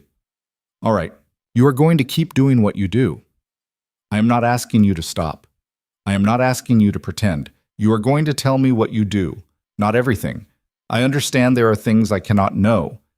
But when something matters, you are going to tell me, and we are going to decide together, and you are not going to decide and then inform me. Do you agree to that? Yes. If you ever again move money around my family, or pay for my school, or send a man to my stoop with an envelope, I'm going to leave you. I'm telling you that now so that there is no ambiguity. I'm telling you because I love you, and because I know how you are, and because the kindness has to have a shape, or it will eat the thing it is trying to feed. Yes, Lena. And one more thing. Yes, when I'm a doctor, I'm going to treat people. All kinds of people. Some of them are going to be people who work for you. Some of them are going to be people who work against you. I am not going to tell you who they are. I'm not going to let you use my license to manage your business. If I ever find out you have used me to get information about somebody I have treated, we are done. I will walk out, and you will never see me again. This is not negotiable. Do you understand? He looked at her for a long moment. I understand, he said. Good. Lena. Yes. Can I say something? Yes. I was going to propose, he said. Tonight, at the benefit. I had the ring in my pocket. I'm telling you because I'm not going to lie to you, and because I am not going to pretend it did not happen. I'm telling you that I understand why you just said what you said, and I agree with you, and I am going to give the ring to Solomon to return to the man I bought it from, and I am going to wait. I am going to wait for as long as you want me to wait, and if the day comes when you want it, you will tell me, and on that day I will ask you, and you will say whatever you are going to say. Until then, the ring is not a thing between us. She looked at him. She had not cried all night. She had cried plenty on other nights. She had not cried on this one. And she found, Sitting at her kitchen table in the yellow morning light with her coffee cooling in her hand and a cut on her ribs, and the man she loved across the table from her holding a cup she had poured him, that she still was not going to cry. She was all cried out. She thought, going to be all cried out for a while. That was okay. There would be time for the rest of it. There was going to be a lot of time. Okay, she said. Okay. Okay, Adrian, return the ring. Drink your coffee. I'm going to make us eggs. She made them eggs. She made them badly. She broke the yolks. She burnt the edges. He ate them anyway. They sat at her small bad table and they ate burnt eggs in the morning light, and the radiator ticked, and someone in the apartment above them ran the shower, and the world had not ended and was not going to, at least not today. A year later, on a Tuesday in March, Lena Carter would stand in a white coat in a fluorescent room on the 4th floor of Metropolitan Hospital, and she would put her hand on the hand of a woman she had never met before, and the woman would be dying, and Lena would say, "I am here. I am not going anywhere. Tell me about your daughter." And the woman would tell her, and Lena would listen. 2 years after that, Lena would match into an emergency medicine residency at a hospital in the South Bronx, a place her attending told her was not the prestigious choice. She would take it anyway. She would be a first-year resident, and then a second year, and then a third, and she would be good at it, and she would be tired, and she would be alive. Adrian would be there, not at the hospital. Never at the hospital, but at the apartment, at the end of her shifts, at 2 in the morning and 4 in the morning and noon when she came home from a 30-hour call. He would cook for her. He would listen to her. He would not ask her about her patients. He would hold her while she slept. Solomon would retire in the 5th year. There would be other Solomons, and eventually fewer, and eventually, by the time Lena was 31, the men in the black cars would be mostly gone, and Adrian would spend most of his time on the roof of his building with a pair of pruning shears and a row of tomato plants in redwood boxes, because he had decided somewhere around year 3 that he was going to learn how to grow tomatoes, and he was going to be bad at it, and he was going to do it anyway. They would not marry in that time.